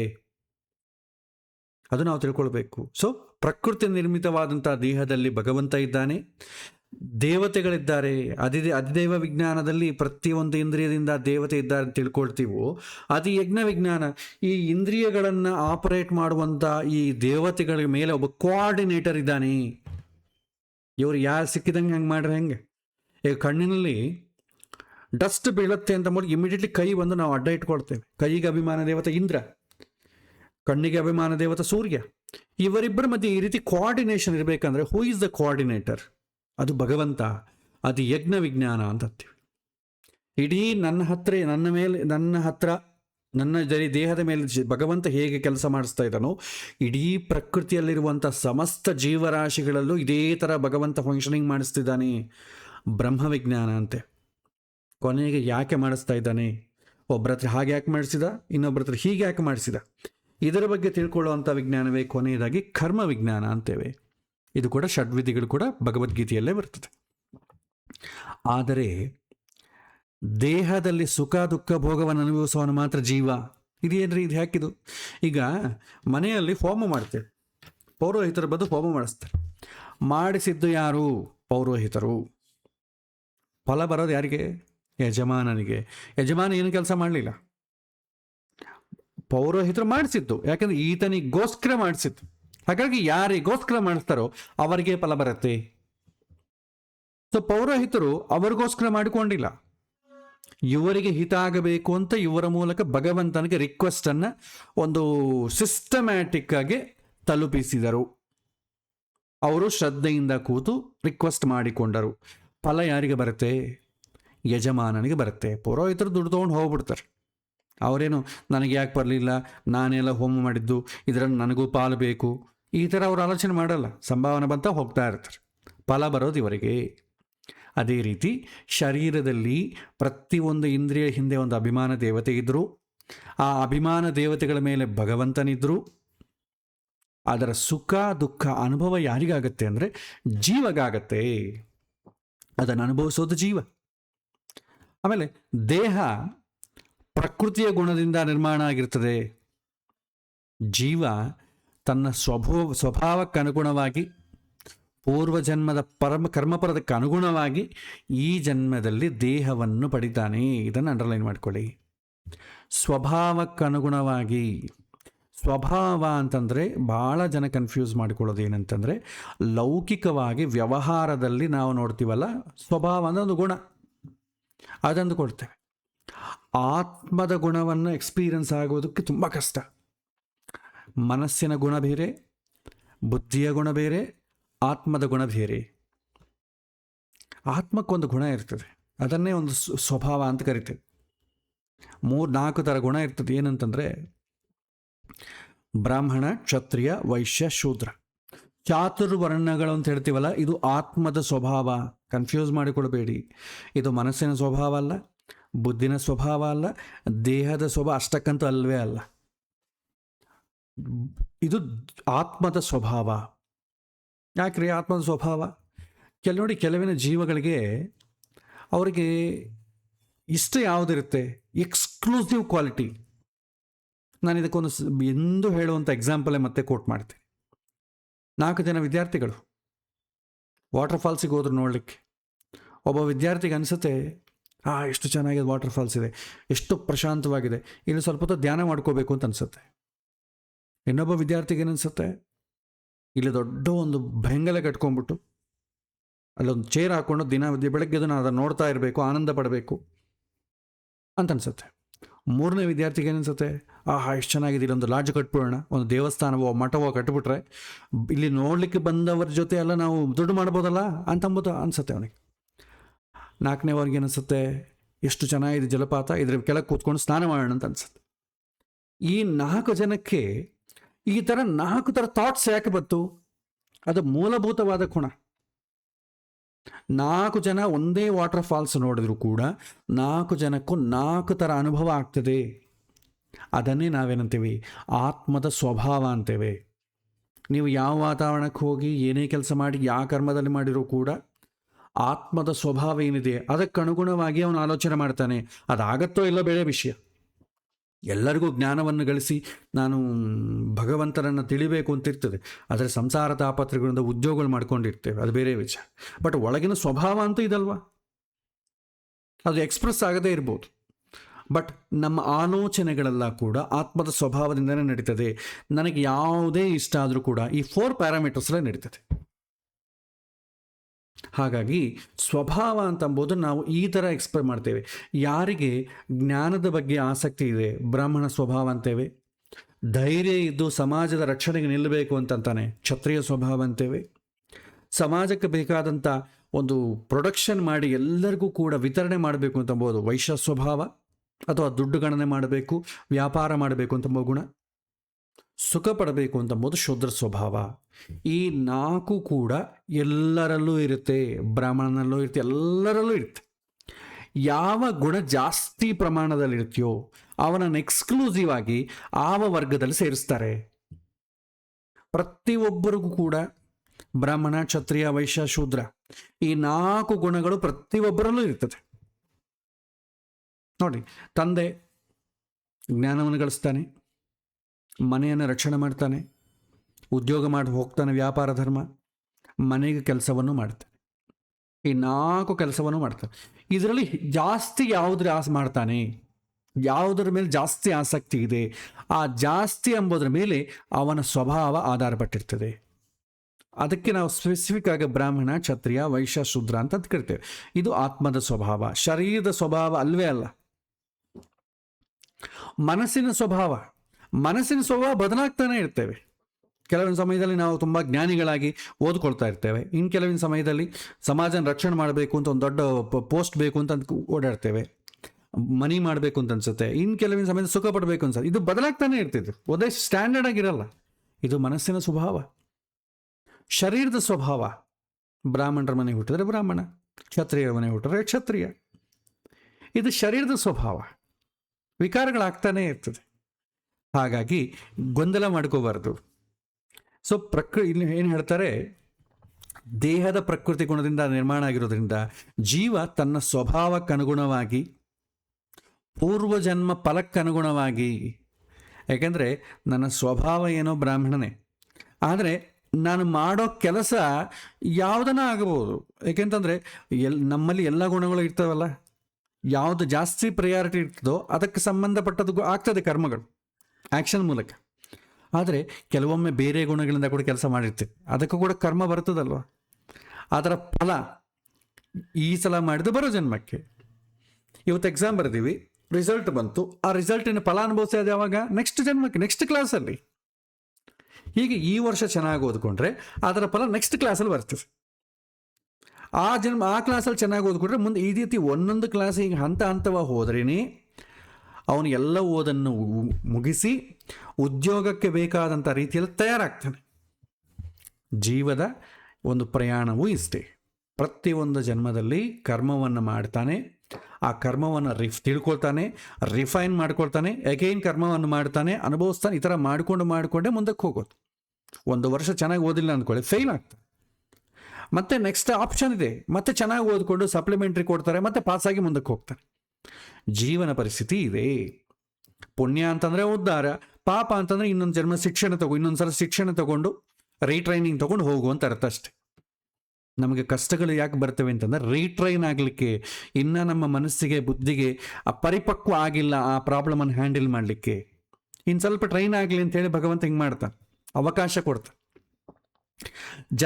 ಜನ್ಮದ ಕರ್ಮಫಲಕ್ಕನುಗುಣವಾಗಿ ಈ ಜನ್ಮದಲ್ಲಿ ದೇಹವನ್ನು ಪಡಿತಾನೆ. ಇದೆರಡೂ ಅನುಕ್ರಮವಾಗಿ ದೇಹ ಅಂತ ಅಂಬುದು ಬರ್ತದೆ. ಹಿಂದೆ ಹೇಳಿದಂತೆ ಜೀವ ತನ್ನ ದೇಹವನ್ನು ಬಿಟ್ಟು ಹೊರ ಬರುವಾಗ ಯಾವುದನ್ನು ಗಾಢವಾಗಿ ನೆನೀತಾನೋ ಅದಕ್ಕನುಗುಣವಾಗಿ ಅದರ ಮುಂದಿನ ಜನ್ಮದ ನಿರ್ಧಾರ ಆಗಿರುತ್ತೆ. ಅದು ಉತ್ತಮ ಯೋನಿ ಆಗಬಹುದು ಅಥವಾ ಅಧಮ ಯೋನಿಯೂ ಆಗಿರ್ಬೋದು. ಉತ್ತಮ ಅಥವಾ ಹೀನ ಯೋನಿಯಲ್ಲಿ ಹುಟ್ಟಿ ಬರೋದಕ್ಕೆ ಜೀವನಿಗೆ ತ್ರಿಗುಣಗಳ ನಂಟೇ ಕಾರಣ. ಸತ್ವರಜಸ್ತಮೋ ಗುಣಗಳೇ ಕಾರಣ. ಸತ್ವಗುಣ ಇತ್ತಂದ್ಕೊಳ್ಳಿ, ಒಂದು ಕೆಲಸವನ್ನು ತಿಳುಕೊಂಡು ಮಾಡ್ತಾನೆ. ರಜೋಗುಣ ಇತ್ತಂದ್ಕೊಳ್ಳಿ, ಗೊತ್ತಿಲ್ಲ ಆದರೂ ಮಾಡ್ತಾನೆ. ತಮೋಗುಣ ಇತ್ತಂದ್ಕೊಳ್ಳಿ, ಹೇಗೆ ಮಾಡಬೇಕು ಹಾಗೆ ಮಾಡದೆ ಇನ್ನೊಂದು ರೀತಿಯಾಗಿ ಮಾಡ್ತಾನೆ. ಅವಾಗೇನಾಗ್ತದೆ? ಪಾಪ ಬರ್ತದೆ. ಹೇಗೆ ಮಾಡಬೇಕು ಹಾಗೆ ಮಾಡಿದ್ರೆ ಪುಣ್ಯ ಬರ್ತದೆ. ಈ ಸತ್ವರಜಸ್ತಮೋ ಗುಣಗಳಿಂದಲೇ ಅವನಿಗೆ ಪುಣ್ಯ ಪಾಪಗಳು ಅಂತಂಬೋದು ಕ್ರಿಯೇಟ್ ಆಗ್ತದೆ. ಅದರ ಬೇಸ್ ಮೇಲೆ ಮುಂದಿನ ಜನ್ಮದಲ್ಲಿ ಹುಟ್ಟೋದು ಅಂತಂಬೋದು ಆಗ್ತದೆ. ನಾವು ಇದರ ಬಗ್ಗೆ 8ನೇ ಅಧ್ಯಾಯದಲ್ಲಿ ಕೊಂಡು ನೋಡಿದ್ವಿ. ಅಂತ್ಯಕಾಲದಲ್ಲಿ ಯಾವ ರೀತಿ ನಮಗೆ ಮನಸ್ಸಲ್ಲಿರ್ತದೋ ಅದೇ ರೀತಿ ನಮಗೆ ಮುಂದಿನ ಜನ್ಮ ಆಧಾರಪಟ್ಟಿರ್ತದೆ. ಒಂದ್ಸಲ ಆ ಶ್ಲೋಕವನ್ನು ನೋಡೋಣ. 8ನೇ ಅಧ್ಯಾಯದಲ್ಲಿ 5ನೇ ಶ್ಲೋಕ. ಅಂತಕಾಲೇಚ ಮಾಮೇವ ಸ್ಮರನ್ ಮುಕ್ತ್ವಾ ಕಳೇಬರಂ ಯಃ ಪ್ರಯಾತಿ ಸಮದ್ಭಾವಂ ಯಾತಿ ನಾಸ್ಯತ್ರ ಸಂಶಯ ನಾಸ್ಯ ಅತ್ರ ಸಂಶಯ. ಅರ್ಜುನ ಕೊನೆಯ ಪ್ರಶ್ನೆಗೆ ಉತ್ತರ ಈ ರೀತಿ ಹೇಳ್ತಾನೆ ಭಗವಂತ. ಸಾಯುವ ಕ್ಷಣದಲ್ಲಿ ಕೂಡ ನನ್ನನ್ನೇ ನೆನೀತಾ ದೇಹವನ್ನು ತೊರೆಯುವಂಥ ಜೀವರು ನನ್ನ ಹಾಗೆ ಜ್ಞಾನಾನಂದ ಸ್ವರೂಪರಾಗಿ ನನ್ನಲ್ಲಿ ಬಂದು ನೆಲೆಸ್ತಾರೆ. ಅವರು ಮುಂದೆಂದೂ ಕೂಡ ಆ ಜ್ಞಾನ ಮತ್ತು ದುಃಖಮಯವಾದಂಥ ಸಂಸಾರ ತೊಳಲಾಟಕ್ಕೆ ಒಳಗಾಗುವುದಿಲ್ಲ. ಈ ಬಗ್ಗೆ ನಿನಗೆ ಎಂದೂ ಸಂಶಯ ಬೇಡ. ಇಲ್ಲಿ ಅಂತಕಾಲೆ ಅಂತಂದರೆ ಅರ್ಥ ಏನಂತಂದರೆ ಮುಪ್ಪಿನ ಕಾಲದಲ್ಲಿ ಎನ್ನುವಂಥ ಅರ್ಥ ಅಲ್ಲ. ಬದಲಿಗೆ ದೇಹವನ್ನು ಜೀವ ಬಿಡುವ ಕೊನೇ ಕ್ಷಣ ಅಂತ ಅರ್ಥ. ನೀವು ಎಕ್ಸಿಟ್ ಆಗುವಂಥ ಕ್ಷಣದಲ್ಲಿ ಮನಸ್ಸಿನಲ್ಲಿ ಏನಿದೆ ಅದು ಅಂತ ಅರ್ಥ. ಮುಪ್ಪಿನ ಸಮಯದಲ್ಲಿ ಅಂತ ಅರ್ಥ ಅಲ್ಲ. ಯಾಕಂದರೆ ಸಾಯೋ ಸಮಯದಲ್ಲಿ ಹೇಗಿರುತ್ತೆ ದುಃಖ. ಈಗ ನೋಡಿ, ಸಾಯೋ ಸಮಯದಲ್ಲಿ ಒಂಥರ ಒಂದು ಚಿತ್ರಣ ಮಾಡಿಕೊಳ್ಳೋಣ. ಸಾಯೋ ಸಮಯದಲ್ಲಿ ತುಂಬ ಅಂತಂದರೆ ಇವತ್ತಿನ ದಿನ ICU ಇಟ್ಟಿರ್ತಾರೆ. ನಮ್ಮ ಥರನೇ ICU ವಾರ್ಡು 10-15 ಜನ ಇರ್ತಾರೆ. ನಮಗೆ ಬೇಕಾದಂಥವರು ಹೊರಗೆ ನಿಂತಿರ್ತಾರೆ. ಅವರನ್ನು ಒಳಕ್ಕೆ ಬಿಡಲ್ಲ. ಡೈಲಿ ಒಂದು ಟೈಮಲ್ಲಿ ಒಂದೇ ಸಲನೇ ಬಂದು ನೋಡ್ಕೊಂಡು ಹೋಗಬೇಕು. ಆ ವಿಸಿಟರ್ ನೋಡ್ಕೊಂಡು ಹೋಗುವ ಕೂಡ ನಮ್ಮಲ್ಲಿರುವಂಥ ಇದು ರೋಗಾಣುಗಳು ಇದೆಲ್ಲ ಕೂಡ ಒಳಗೆ ಬರಬಾರ್ದು ಅಂತೇಳಿ ನಮಗೊಂದು ಆಪ್ರನ್ ಹಾಕಿಬಿಡ್ತಾರೆ. ನಮಗೂ ಕೂಡ ತಲೆ ಮೇಲೆ ಎಲ್ಲ ಅವರಿಗೆ ಆಪರೇಷನ್ ಥಿಯೇಟರ್ ಮಾಡ್ತಾ ಮಾಸ್ಕ್ ಗೀಸ್ಕ್ ಎಲ್ಲವನ್ನು ಹಾಕಿಬಿಡ್ತಾರೆ. ನಾವು ಒಳಗೆ ಹೋಗ್ತೇವೆ, ಹೋಗಿ ನೋಡ್ತೇವೆ. ಅಲ್ಲಿ ಮಲಗಿರುವಂಥ ಜೀವನಿಗೆ ಬಂದವನು ಹೆಂಗೆ ಕಾಣ್ತಾನೆ? ಅವನ ಮುಖ ಕಾಣಲ್ಲ, ಏನು ಅಸಲು ಬಂದವನು ಡಾಕ್ಟರ ಅಥವಾ ಕಾಂಪೌಂಡ್ರ ಅಥವಾ ನನಗೆ ಬೇಕಾದನ್ನು ಗೊತ್ತೇ ಆಗೋದಿಲ್ಲ. ಯಾಕೆಂದರೆ ಅವನು ಕೂಡ ಮಾಸ್ಕ್ ಹಾಕ್ಕೊಂಡಿರ್ತಾನೆ. ಅಂದ್ರೆ ಏನು, ಸಾಯೋ ಸಮಯದಲ್ಲಿ ನಾವು ICU ಇದ್ರೂ ಕೂಡ ನಮ್ಮ ಬಂಧು ಬಳಗ ಬರೋದು ಕಾಣೋದಿಲ್ಲ. ಕಾಣಿದ್ರೂ ಕೂಡ ಗುರ್ತು ಹಿಡ್ಲಿಕ್ಕೆ ನಮ್ಮ ಕೈಲಾಗಲ್ಲ. ನಮ್ಮ ಥರನೇ ಎಲ್ಲರೂ ಸುತ್ತ ರೌಂಡಾಗಿ ಕೂತಿರ್ತಾರೆ. ಎಲ್ಲರ ಪರಿಸ್ಥಿತಿ ಕೊನೆ ಕಾಲ ಹಾಗೆ ಇರ್ತದೆ. ಮೈ ತುಂಬ ಪೈಪ್ಗಳು, ನಮಗೆ ಆ ಪೈಪುಗಳು ನೋಡಿದ್ರೆ ನಮಗೆ ಭಯ ಆಗಬೇಕು, ಅಷ್ಟು ಪೈಪುಗಳು ಹಾಕಿಬಿಟ್ಟಿರ್ತಾರೆ. ಆ ಸಮಯದಲ್ಲಿ ಮನಸ್ಸಿನಲ್ಲಿ ಏನು ಬರ್ತದೆ? ಒಂದು ವೇಳೆ ಭಗವಂತನ ಬಗ್ಗೆ ಬರುತ್ತೆ ಅಂತಂದ್ರೆ ಕೂಡ ನಿಮ್ಗೆ ಏನು ಬರುತ್ತೆ? ಭಗವಂತ ನನ್ನ ಕಾಪಾಡು, ಭಗವಂತ ನನ್ನ ಕಾಪಾಡು, ಇದೆಲ್ಲ ಬೇಡ, ನಾ ಇನ್ನೂ ಬದುಕ್ತೀನಿ ಇದೇ ಇರ್ತದೆ. ಭಗವಂತ ನೀ ತುಂಬ ಸುಂದರನಾದವನು, ನೀವು ಸರ್ವತಂತ್ರ ಸ್ವತಂತ್ರ, ನೀ ಆಮ್ನಿ ಪ್ರೆಸೆಂಟು, ಎಲ್ಲರೊಳಗೂ ಇದ್ದು ನೀನು ನಿಯಂತ್ರಣ ಮಾಡೋನು ನೀನೇ ಶಾಶ್ವತ. ಇದು ಯಾರಿಗಾದ್ರೂ ಬರ್ತದ? ಬರಬೇಕಂದ್ರೆ ಗೊತ್ತಿರ್ಬೇಕಲ್ಲ.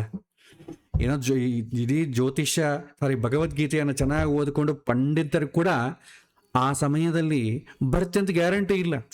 ಯಾಕೆಂತಂದ್ರೆ ಇಲ್ಲಿಂದ ಹೊರಗೆ ಹೋಗ್ಬೇಕು ಅಂತಲೇ ನೋಡ್ತಿರ್ತಾರೆ. ಭಗವಂತ ನನ್ನ ಕಾಪಾಡು, ಇಲ್ಲಿಂದ ಪಾರು ಮಾಡು, ನಿನಗೆ ನಮಸ್ಕಾರ ಮಾಡ್ತೇನೆ. ಕೊನೆ ಕಾಲದಲ್ಲಿ ಏನಿದೆ, ನನ್ನನ್ನು ಕಾಪಾಡು ಮತ್ತೆ ಬರ್ತೇನೆ ಅಂತಲೇ ಇರ್ತದೆ. ನಾ ಮನೆಗೆ ಹೋಗಬೇಕು, ನಾನು ಆದಷ್ಟು ಬೇಗ ವಾಸಿ ಮಾಡು, ನಾ ಮನೆಗೆ ಹೋಗಿ ನನ್ನ ಮಕ್ಕಳು ನೋಡಬೇಕು, ಅದೇ ತಾನೇ ಇರ್ತದೆ. ನಾನು ನಿನ್ನನ್ನು ಸೇರಬೇಕು, ನಿನ್ನೊಳಗಿರಬೇಕು ಅಂತ ಎಲ್ಲಿರ್ತದೆ? ಇರೋದೇ ಇಲ್ಲ. ಇದು ಫಸ್ಟ್ ಪಾಯಿಂಟ್. ಸೆಕೆಂಡ್ ಪಾಯಿಂಟ್ ಅಂದರೆ ಅಂತ್ಯಕಾಲದಲ್ಲಿ ದೇಹ ಹೆಂಗಿರ್ತದೆ? ದೇಹ ಬಂದು ಇಂದ್ರಿಯಗಳ ಶಕ್ತಿ ಎಲ್ಲ ಕಳ್ಕೊಡ್ತದೆ, ಎಲ್ಲ ವಿತರಣೆ ಮಾಡ್ಕೊಂಡ್ಬಿಡ್ತದೆ. ನಿಮಗೆ ಹೊರಗೆ ಕಣ್ಣಿರ್ತದೆ, ಹೊರಗಡೆ ಕಾಣಿಸೋದೇ ಇಲ್ಲ, ಬ್ಲರ್ರ ಕಾಣ್ತದೆ. ಒಂದು ಸ್ವಲ್ಪ ಸ್ವಲ್ಪ ಸ್ವಲ್ಪ ವಿತರಣೆ ಆಗ್ತಾ ಹೋಗ್ತದೆ, ಪೂರ್ತಿ ಬ್ಲ್ಯಾಂಕ್ ಆಗೋಗ್ಬಿಡ್ತದೆ. ನಾಲಿಗೆ ಏನಾಗ್ತದೆ? ಬಾಯಾರಿಕೆ. ಆದ್ರೆ ಒಂದು ಹನಿ ನೀರು ಕೊಡೋರು ಇರಲ್ಲ, ಡಾಕ್ಟರ್ಸ್ಕೊಂಡು ನೀರು ಹಾಕಲ್ಲ. ಆ ನೀರು ಹಾಕದೆ ಏನಾಗುತ್ತೆ, ಈ ನಾಲಿಗೆ ಇಲ್ದಂಥ ಶಕ್ತಿ ಎಲ್ಲ ಕಳ್ಕೊಂಡ್ಬಿಡ್ತದೆ. ಕಿವಿ ವಿತರಣೆ ಆಗ್ತದೆ, ಯಾಕಂದ್ರೆ ಸಾಯೋ ಸಮಯದಲ್ಲಿ ಎಲ್ಲದು ವಿತರಣೆ ಆಗ್ತದೆ. ಕಿವಿ ಏನು ಕೇಳಿಸಲ್ಲ, ಸ್ಮಶಾನ ಮೌನ. ನಿಮ್ಮ ನೋಡ್ರೆ ನೀವೇ ಅದರಬೇಕು. ಆ ಸ್ಮಶಾನ ಮೌನ ಇರ್ತದೆ. ಕಣ್ಣು ಕಾಣಿಸಲ್ಲ, ಕಿವಿ ಕೇಳಿಸಲ್ಲ, ಈ ಹೋಲಿ ಎಲ್ಲಿದ್ದೀವಿ ಅಂತ ತಿಳ್ಕೊಳ್ಬೇಕು. ಸ್ಮೆಲ್ಲನ್ನು ನೋಡಿದ್ರೆ ಸ್ಮೆಲ್ಗಳು ಬರಲ್ಲ. ತೋಳು, ನನ್ನ ಶರೀರಕ್ಕೆ ಏನು ಹಾಕಿದ್ದಾರೆ? ಶರೀರಕ್ಕೊಂದು ಇದು ಬೇಕಲ್ಲ, ಸೆನ್ಸೇಷನ್ ಬೇಕಲ್ವಾ? ಶರೀರಕ್ಕೆ ಸೆನ್ಸೇಷನೇ ಇಲ್ಲ. ಆ ಸಮಯ ಬಂತು ಅಂತಂದ್ರೆ ಮುಗಿದೈತು. ಉಸಿರು ಕೊನೆಯದಾಗಿ ಉಸಿರು ಹೊರಗೆ ಹೋಗ್ಬಿಡ್ತದೆ. ಅಸಲು ಉಸಿರು ಆಡ್ತಾ ಇದ್ದೀವಿ ಇಲ್ಲ ನಮಗೂ ಗೊತ್ತಾಗೋದೇ ಇಲ್ಲ ಜೀವಕ್ಕೆ. ಸೊ ಎಲ್ಲ ವಿತರಣೆ. ಉಪನಿಷತ್ತುಗಳು ತುಂಬ ಚೆನ್ನಾಗಿ ವರ್ಣನೆ ಮಾಡ್ತದೆ ಅಂತ್ಯಕಾಲದಲ್ಲಿ ಹೇಗಿರುತ್ತೆ. ಬಹಳ ಜನಕ್ಕೆ ಹೆದರಿಕೆ ಆಗುತ್ತೆ, ಈಗಿಂದ ಯಾಕೆ ಆಗ ನೋಡ್ಕೊಳ್ಳೋಣ ಅಂತ. ನೋಡ್ಕೊಳ್ಳಿಕ್ಕೆ ಏನಿರಲ್ಲ ಆಗ. ಸೊ ಪ್ರತಿಯೊಂದು ವಿತರಣೆ ಮಾಡ್ಕೊಂಡ್ಬಿಡ್ತದೆ. ಅಷ್ಟು ವಿತರಣೆ ಆಗೋ ಸಮಯದಲ್ಲಿ ಭಯ ಆಗ್ತದ, ದೇವ್ರ ಬಗ್ಗೆ ನೆನಪಾಗ್ತದ? ಆಲೋಚನೆ ಮಾಡಿ. ಇಡೀ ನಮಗೊಂದು ಜ್ವರ ಬಂದು ಹಾಸ್ಪಿಟಲ್ಗೆ ಹೋದ್ರೇನೆ ಅವತ್ತು ರಾತ್ರಿ ತಲೆನೋವು, ನಿದ್ದೆ ಬರಲಾರ್ದ ಒದ್ದಾಡ್ತೇವೆ. ಅಂತ್ಯಕಾಲ ಅಂತ ಅಂಬೋದು ಯಾರಿಗಾದ್ರೂ ಗೊತ್ತಾ? ಯಾರಿಗೂ ಗೊತ್ತಿಲ್ಲ. ಯಾವ ಕಾಲ ಆದರೂ ಅಂತ್ಯಕಾಲ ಆಗ್ಬೋದು. ಪ್ರತ್ಯೇಕವಾಗಿ ನಿನಗೆ ಈ ವರ್ಷದ ಅಂತ್ಯಕಾಲ, 60 ವರ್ಷ ಆದಮೇಲೆ ಅಂತ್ಯಕಾಲ, ಇನ್ನು 10 ವರ್ಷ ಇದೆ, ಯಾರಿಗೂ ಇಲ್ಲ. ಯಾವ ಬೇಕಾದ್ರೂ ಹೋಗ್ಬೋದು, ಯಾವ ಬೇಕಾದ್ರೂ ಅಂತ್ಯಕಾಲ ಆಗ್ಬೋದು. ಅಂಥ ದುಸ್ಥಿತಿಯಲ್ಲಿ ಇರ್ತೇವೆ. ದೇವರನ್ನು ಏನು ನೆನಿತೀರಿ ಹೇಳಿ? ಅಂತ್ಯಕಾಲದಲ್ಲಿ ಏನು ಬರ್ತದೆ ನೆನಪು? ಏನೂ ಬರೋದಿಲ್ಲ. ಅದಕ್ಕೆ ಅಂತ್ಯಕಾಲದಲ್ಲಿ ನೆನಪು ಬರಬೇಕು ಅಂತಲೇ ನಮ್ಮಲ್ಲಿ ಆಚಾರ ವಿಚಾರ ಎಲ್ಲವೂ ಬಂದಿದೆ. ಇಂದ್ರಿಯಗಳು ವಿತರಣೆ ಮಾಡಿಕೊಂಡ್ರೂ ಕೂಡ ನಾನು ಧೈರ್ಯವಾಗಿರಬೇಕು ಅಂತಂದಾಗ ಅದಕ್ಕೋಸ್ಕರ ನಾವೇನು ಮಾಡುವಂಥ ವ್ರತ ಏನು? ಏಕಾದಶಿ ವ್ರತ. ಏಕಾದಶಿ ವ್ರತದಲ್ಲಿ ನಿಮಗೆ ಒಂದು ಊಟ ಹಾಕೋದೇ ಇಲ್ಲ. ನಿಮಗೆ ಶರೀರಕ್ಕೆ ಊಟ ಹಾಕದೇ ಇದ್ರೆ ಏನಾಗುತ್ತೆ? ಶರೀರದಲ್ಲಿ ಎಲ್ಲ ಇಂದ್ರಿಯಗಳು ಕೂಡ ಕೆಲಸ ಮಾಡೋದಿಲ್ಲ, ತುಂಬ ದುಃಖ ಪಡುತ್ತೆ. ಹಾಗೆ ಏಕಾದಶಿ ನಿಯಮಗಳನ್ನು ಮಾಡ್ತಾ ಮಾಡ್ತಾ ಯೋಗ ಶಿಕ್ಷಣ ಕೊಡ್ತಾ ಶರೀರದಲ್ಲಿ ಏನು ಅಂತ್ಯಕಾಲ ಬಂದವನಿಗೂ ಕೂಡ ಎಲ್ಲ ಏಕಾದಶಿ ಮಾಡ್ದಂಗೆ ಇರ್ತದೆ. ಏಕಾದಶಿ ಇದೆಲ್ಲ ಅನುಭವಿಸಿದ್ದೇವೆ. ಅದಕ್ಕೆ ಅವನಿಗೆ ಅಂತ್ಯಕಾಲದಲ್ಲಿ ಭಗವಂತನ ಸ್ಮರಣೆ ಮಾಡಿಕೊಳ್ಳಬಹುದು. ಏಕಾದಶಿ ಉದ್ದೇಶ ಅದಕ್ಕೆ. ಏಕಾದಶಿ ಬಂದರೆ ಮಾಡಿದರೆ ನಮಗೆ ಪುನರ್ಜನ್ಮ ಇರ್ತದೆ, ನಾವು ಭಗವಂತನನ್ನೇ ಸೇರ್ತೀವಿ ಅಂತ. ಯಾಕಂತೀವಿ ಅಂತಂದರೆ ಅಂತ್ಯಕಾಲದಲ್ಲಿ ಭಗವಂತನ ನೆನೆಸ್ಲಿಕ್ಕೆ ಅವಕಾಶ ಆಗ್ತದೆ. ಏಕಾದಶಿ ನಿಮಗೆ ನೀರು ಕುಡಿಬೇಕು ಅನ್ಸುತ್ತೆ, ಆರೋ ಒಂದು ಹನಿ ನೀರು ಹಾಕಲ್ಲ. ತಿನ್ನಬೇಕು ಅನ್ಸುತ್ತೆ, ಒಂದು ಅಕ್ಕಿ ಕಾಳು ಕೂಡ ಬಾಯಿ ಒಳಗೆ ಹಾಕಲ್ಲ. ಮನಸ್ಸು ಅದು ಬೇಕು ಇದು ಬೇಕು ಅಂತ ಹೇಳ್ತಾ ಇರುತ್ತೆ, ಆದರೂ ಭಗವಂತನ ಹತ್ರನೇ ನಿಂದಿರ್ಸಿರ್ತೇವೆ. ಆ ಪ್ರಾಕ್ಟೀಸ್ ಎಲ್ಲ ಯಾವುದಕ್ಕೋಸ್ಕರ? ಏಕಾದಶ ಇಂದ್ರಿಯಗಳನ್ನು ನಿಯಂತ್ರಣ ಮಾಡಲಿಕ್ಕೋಸ್ಕರ. ಏಕಾದಶ ಇಂದ್ರಿಯಗಳಿಗೆ ಒಡೆಯನಾದಂಥ ಹೃಷಿಕೇಶನನ್ನು ಧ್ಯಾನ ಮಾಡ್ತೇವೆ. ಅದು ಧ್ಯಾನ ಮಾಡೋದು ಯಾಕೆ? ಅವನು ಪುಣ್ಯ ಕೊಡಲಿ ಅಂತ ಅರ್ಥ ಅಲ್ಲ, ಡೆತ್ಗೆ ಪ್ರಿಪರೇಷನ್ ಅದು. ಅದು ಏಕಾದಶಿ ವ್ರತವನ್ನು ಆ ರೀತಿ ಯಾರು ಪ್ರಾಕ್ಟೀಸ್ ಮಾಡ್ತಾರೋ ಅಂತ್ಯಕಾಲದಲ್ಲಿ ಎಲ್ಲ ಇಂದ್ರಿಯಗಳು ವಿಘ್ನ ಆದರೂ ಕೂಡ ಅವನ ಮನಸ್ಸು ಭಗವಂತನಲ್ಲಿರ್ತದೆ. ಮನಸ್ಸು ಇಂದ್ರಿಯಗಳ ಮೇಲೆ ಇರಲ್ಲ. ಪ್ರಾಕ್ಟೀಸ್ ಮಾಡಲಿಲ್ವೋ ಮನಸ್ಸು ಈ 10 ಇಂದ್ರಿಯಗಳ ಮೇಲೆ ಇದಾಗಿರ್ತದೆ. ಅದು ಕೆಲಸ ಮಾಡೋದಿಲ್ಲ, ಇವನು ಬಿಡೋದಿಲ್ಲ. ಅದೇ ಇಂದ್ರಿಯಗಳನ್ನ ನಿಯಂತ್ರಣ ಮಾಡೋದು ಕಲ್ತರೆ ಅದು ಯಾವುದು ಫಂಕ್ಷನಿಂಗ್ ಆದರೂ ಕೂಡ ಆ ಸಮಯದಲ್ಲಿ ನಾವು ಭಗವಂತನನ್ನು ನೆನಿತೇವೆ. ಇದು ಅಂತ್ಯಕಾಲದಲ್ಲಿರುವಂಥ ಸ್ಥಿತಿ. ಅದಕ್ಕೆ ಪ್ರಿಪರೇಷನ್ ಆಗಬೇಕು. ಅದಕ್ಕೆ ಹೇಳ್ತಾರೆ death is the purpose of life ಅಂತಾರೆ. ಬದುಕಲಿಕ್ಕೆ ಕಲಿಯೋದಲ್ಲ, ಸಾಯ್ಲಿಕ್ಕೆ ಕಲೀರಿ ಅಂತ ಹೇಳ್ತಾರೆ ಶಾಸ್ತ್ರ. ಯಾಕಂದರೆ ಬದುಕೋದು ಟೆಂಪ್ರರಿ, ಸಾಯೋದು ಪರ್ಮನೆಂಟ್. ಯಾಕೆ ಅಷ್ಟೇ ಅಲ್ವಾ? ಈಗ ನಾವು ಆಫೀಸಿಗೆ ಹೋಗ್ತೇವೆ, ಆಫೀಸಿಗೆ ಹೋಗೋದು ಟೆಂಪ್ರರಿ, ರಿಟರ್ನ್ ಆಗಿ ಮನೆಗೆ ಬರೋದು ಪರ್ಮನೆಂಟ್. ಮೇಲೆ ಹತ್ತೋದು ಟೆಂಪ್ರರಿ, ಕೆಳಗೆ ಇಳಿಯೋದು ಪರ್ಮನೆಂಟ್. ಹಾಗಾಗಿ ಜೀವನಕ್ಕೆ ಬರೀ ಲೌಕಿಕವಾಗಿ ಸುಖವನ್ನು ಪಡೆಯೋದೊಂದೇ ಅಲ್ಲ, ನಮಗೆ ಡೆತ್ ಎಂಬುದಿದೆ. ಆ ಸಮಯದಲ್ಲಿ ಭಗವಂತ 8ನೇ ಅಧ್ಯಾಯದಲ್ಲಿ ಹೇಳೋದೇನು, ಕೊನೆ ಕಾಲದಲ್ಲಿ ಏನಿರ್ತೀಯೋ ಮುಂದೆ ಅದೇ ಆಗ್ತೀಯಪ್ಪ. ಕೊನೆ ಕಾಲದಲ್ಲಿ ಈಗಿರುವಂಥ ಸ್ಥಿತಿಯಲ್ಲಿ ಕೊನೆ ಕಾಲದಲ್ಲಿ ನಾವು ಭಗವಂತ ನೆನಲಿಕ್ಕೆ ಆಗತ್ತಾ? ಆಗತ್ತೆ ಅಂದರೆ ಫೈನ್, ಆಗಲಿಲ್ಲ ಅಂತಂದರೆ ಪ್ರಾಕ್ಟೀಸ್ ಮಾಡಿ. ಏಕಾದಶಿ ಅಂತಂದರೆ ನಮ್ಮ ಅದನ್ನು ರಿಲಿಜಿಯನ್ನ ಸಾಂಪ್ರದಾಯವನ್ನು ಒಳವಡಿಸಿ ಏನೇನು ಅದೆಲ್ಲ ಬೇಡ. ಏಕಾದಶಿ ಪರ್ಪಸ್ ಏನು? ಇಂದ್ರಿಯಗಳಿಗೆ ಆಹಾರವನ್ನು ಕೊಡದೇ ಇರೋದು ಅಂತ ಅರ್ಥ. ಬರೀ ಹೊಟ್ಟೆಗೊಂದು ಬಿಟ್ಟರೆ ಉಪಯೋಗ ಇಲ್ಲ, ಮನಸ್ಸಿಗೆ ಕೂಡ ಕೊಡಬೇಕು. ಏನನ್ನೂ ಆಲೋಚನೆ ಮಾಡಿದ್ರೆ ಸಾಧ್ಯವಾದಷ್ಟು ಮೌನವಾಗಿಲ್ಲ ಪ್ರಾಕ್ಟೀಸ್ ಮಾಡಿದರೆ ಅಂತ್ಯಕಾಲದಲ್ಲಿ ICUಲೋ ಮನೆಯಲ್ಲೋ ಎಲ್ಲರೂ ನಾವು ಮಲಗಿದ್ದಾಗ ಯಾವುದು ಕಾಣಿಸಿದ್ರು ಕೂಡ ಏನು ಚಿಂತೆ ಇಲ್ಲ, ಆಲ್ರೆಡಿ ಪ್ರಾಕ್ಟೀಸ್ ಉಂಟು. ಬಹುಶಃ ಈ ಸ್ಥಿತಿ ಬರ್ತಾ ಇದೆ ಅಂತಂದರೆ ಭಗವಂತನ ಧ್ಯಾನ ಮಾಡೋಣ, ಏಕಾದಶಿ ಮಾಡಿ ಅಭ್ಯಾಸ ಉಂಟಲ್ವಾ, ಆ ರೀತಿ ಮಾಡ್ತಾ ಇರ್ತೇವೆ, ಕೊನೆ ಕಾಲಕ್ಕೆ ಪ್ರಾಣ ಹೋಗ್ತದೆ. ಅವಾಗ ಯಾರು ನೆನೆಸಿ ಕೊನೆಯದಾಗಿ ಭಗವಂತ ನೆನೆಸಿದ್ದೀವಿ, ಯಾಕಂದರೆ ಏಕಾದಶಿ ಮಾಡಿದ್ದದೇ ಅಲ್ವಾ. ಅಷ್ಟೇ ಆಗಲಿ, ಏಕಾದಶಿ ಮಾಡಿದರೆ ಪುಣ್ಯ ಬರಲ್ಲ. ಏಕಾದಶಿ ಮಾಡಿದರೆ ನಿಮಗೆ ಅಂತ್ಯಕಾಲದಲ್ಲಿ ಭಗವಂತನ ನೆನೆಸುವಂಥ ಶಕ್ತಿ ಬರುತ್ತೆ, ತಾಳ್ಮೆ ಬರುತ್ತೆ. ಸಣ್ಣ ಮಕ್ಕಳಿಗೆ ಹೇಳ್ತಾರಲ್ಲ, ನೀನು 2ನೇ ಕ್ಲಾಸ್ ಚೆನ್ನಾಗಿ ಓದು, ಒಳ್ಳೆ ಫಸ್ಟ್ ಮಾರ್ಕ್ ಪಾಸ್ ಆಗು, ನೀನು ದೊಡ್ಡವನಾದ್ಮೇಲೆ ಡಾಕ್ಟರ್ ಆಗ್ತೀಯ. 2ನೇ ಕ್ಲಾಸ್ ಚೆನ್ನಾಗಿ ಒಳ್ಳೆ ಮಾರ್ಕ್ಸ್ ಬಂದ ಡಾಕ್ಟರ್ ಆಗ್ತೀವ? ನಿಜವಾಗೂ ಆಗಲ್ಲ. ಅಷ್ಟೇ. ಅದೇ ಪ್ರವಚನಕಾರ ಹೇಳ್ತಾರೆ, ಏಕಾದಶಿ ವ್ರತವನ್ನು ಮಾಡಿ ನೀವು ಸ್ವರ್ಗಕ್ಕೆ ಹೋಗ್ತೀರಿ, ನೀವು ಭಗವಂತನ ಹೋಗ್ತೀವಿ. ಯಾವಾಗ ಆ ಪ್ರಾಕ್ಟೀಸ್ ಮಾಡಿ ಕೊನೆ ಕಾಲದಲ್ಲಿ ಅದು ಎಕ್ಸಾಮ್ ಬರೆದ್ರೆ, ಅದು ಬರ್ಲಂಗೆ ಬರೀ ಏಕಾದಶಿ ಮಾಡಿದ್ರೆ ಅಷ್ಟೇ ಆಗೋದಿಲ್ಲ. ಅದಕ್ಕೆ ನಾವೇನು ಮಾಡ್ತೇವೆ, ಏಕಾದಶಿ ಊಟ ಮಾತ್ರ ಹಾಕೋದಿಲ್ಲ ಶರೀರಕ್ಕೆ, ಉಳಿದು ಎಲ್ಲ ಕೆಲಸವನ್ನು ಮಾಡ್ತೈತೆ. ಆಫೀಸ್ ಕೆಲಸ ಮಾಡ್ಕೊಳ್ತೇವೆ. ನಾಳೆಗೆ ಪ್ಲ್ಯಾನ್, ಹೆಣ್ಣು ಮಕ್ಕಳು ಏಕಾದಶಿ ನಾಳೆ ಏನಾಗಬೇಕು, ದೋಸೆ ಆಗಬೇಕಾ, ಪೂರಿ ಮಾಡೋಣವಾ, ಬೆಳಗ್ಗೆ ಏನಾಗಬೇಕು, ಮಧ್ಯಾಹ್ನ ಏನಾಗಬೇಕು, ರಾತ್ರಿ ಏನಾಗಬೇಕು. ಇವತ್ತು ಏಕಾದಶಿ ಅಲ್ವಾ, ಇವತ್ತು ಉಪವಾಸ, ಏನೂ ಕೆಲಸ ಇಲ್ಲ, ಮನೆ ಕ್ಲೀನ್ ಮಾಡೋ ಪ್ರೋಗ್ರಾಮ್ ಇಟ್ಕೊಳ್ಳೋಣ, ಇಲ್ಲ ಹೊರಗಿನ ಕೆಲಸ ಮಾಡೋ ಇಟ್ಕೊಂಬೋಣ. ಯಾವತ್ತು ಕೆಲವೊಂದು ಜನ ಏನು ಮಾಡ್ತಾರೆ, ಏಕಾದಶಿ ದಿನ ಮಾಡಿಕೊಳ್ಳೋಣ ಮನೆ ಕ್ಲೀನ್ ಮಾಡೋದು ಅಂತ ಅಸೈನ್ ಮಾಡಿಕೊಡ್ತಾರೆ. ಉಪಯೋಗ ಏನು? ಶರೀರ ಆರೋಗ್ಯವೇ ಇರ್ತದಷ್ಟೇ. ಅಂತ್ಯಕಾಲದಲ್ಲಿ ಭಗವಂತನ ನೆನೆಸ್ಲಿಕ್ಕೆ ಆಗೋದಿಲ್ಲ. ಇದು ತಿಳ್ಕೊಳ್ಬೇಕು. ಭಗವಂತ ಈ ಸ್ಟೇಟ್ಮೆಂಟ್ 8ನೇ ಅಧ್ಯಾಯದಲ್ಲಿ ಕೊಟ್ಟಿದ್ದಾನೆ. ಇಲ್ಲಿ 21ನೇ ಶ್ಲೋಕದಲ್ಲಿ ಕೂಡ ಅದೇ ಕೊಡ್ತಾನೆ. ಅಂತ್ಯಕಾಲಕ್ಕೆ ಏನಿದೆ ಅದಕ್ಕನುಗುಣವಾಗಿ ಮುಂದಿನ ಜನ್ಮ ಡಿಸೈಡ್ ಆಗ್ತದೆ. ಲೌಕಿಕದಲ್ಲೂ ಅಷ್ಟೇ ಅಲ್ವಾ. ಕೊನೆ ಎಷ್ಟು ನಿಮಗೆ ಈ ಒಂದು ಕ್ಲಾಸ್ ತಗೊಳ್ಳಿ, 10ನೇ ಕ್ಲಾಸ್ ಡೇ 1ಇಂದ ಎಕ್ಸಾಮಿನೇಷನ್ ಪ್ರಿಪರೇಷನ್ವರೆಗೂ ನಿಮಗೆ ಭಾಳಷ್ಟು ಎಕ್ಸಾಮ್ಸ್ ಇರ್ತಾರೆ.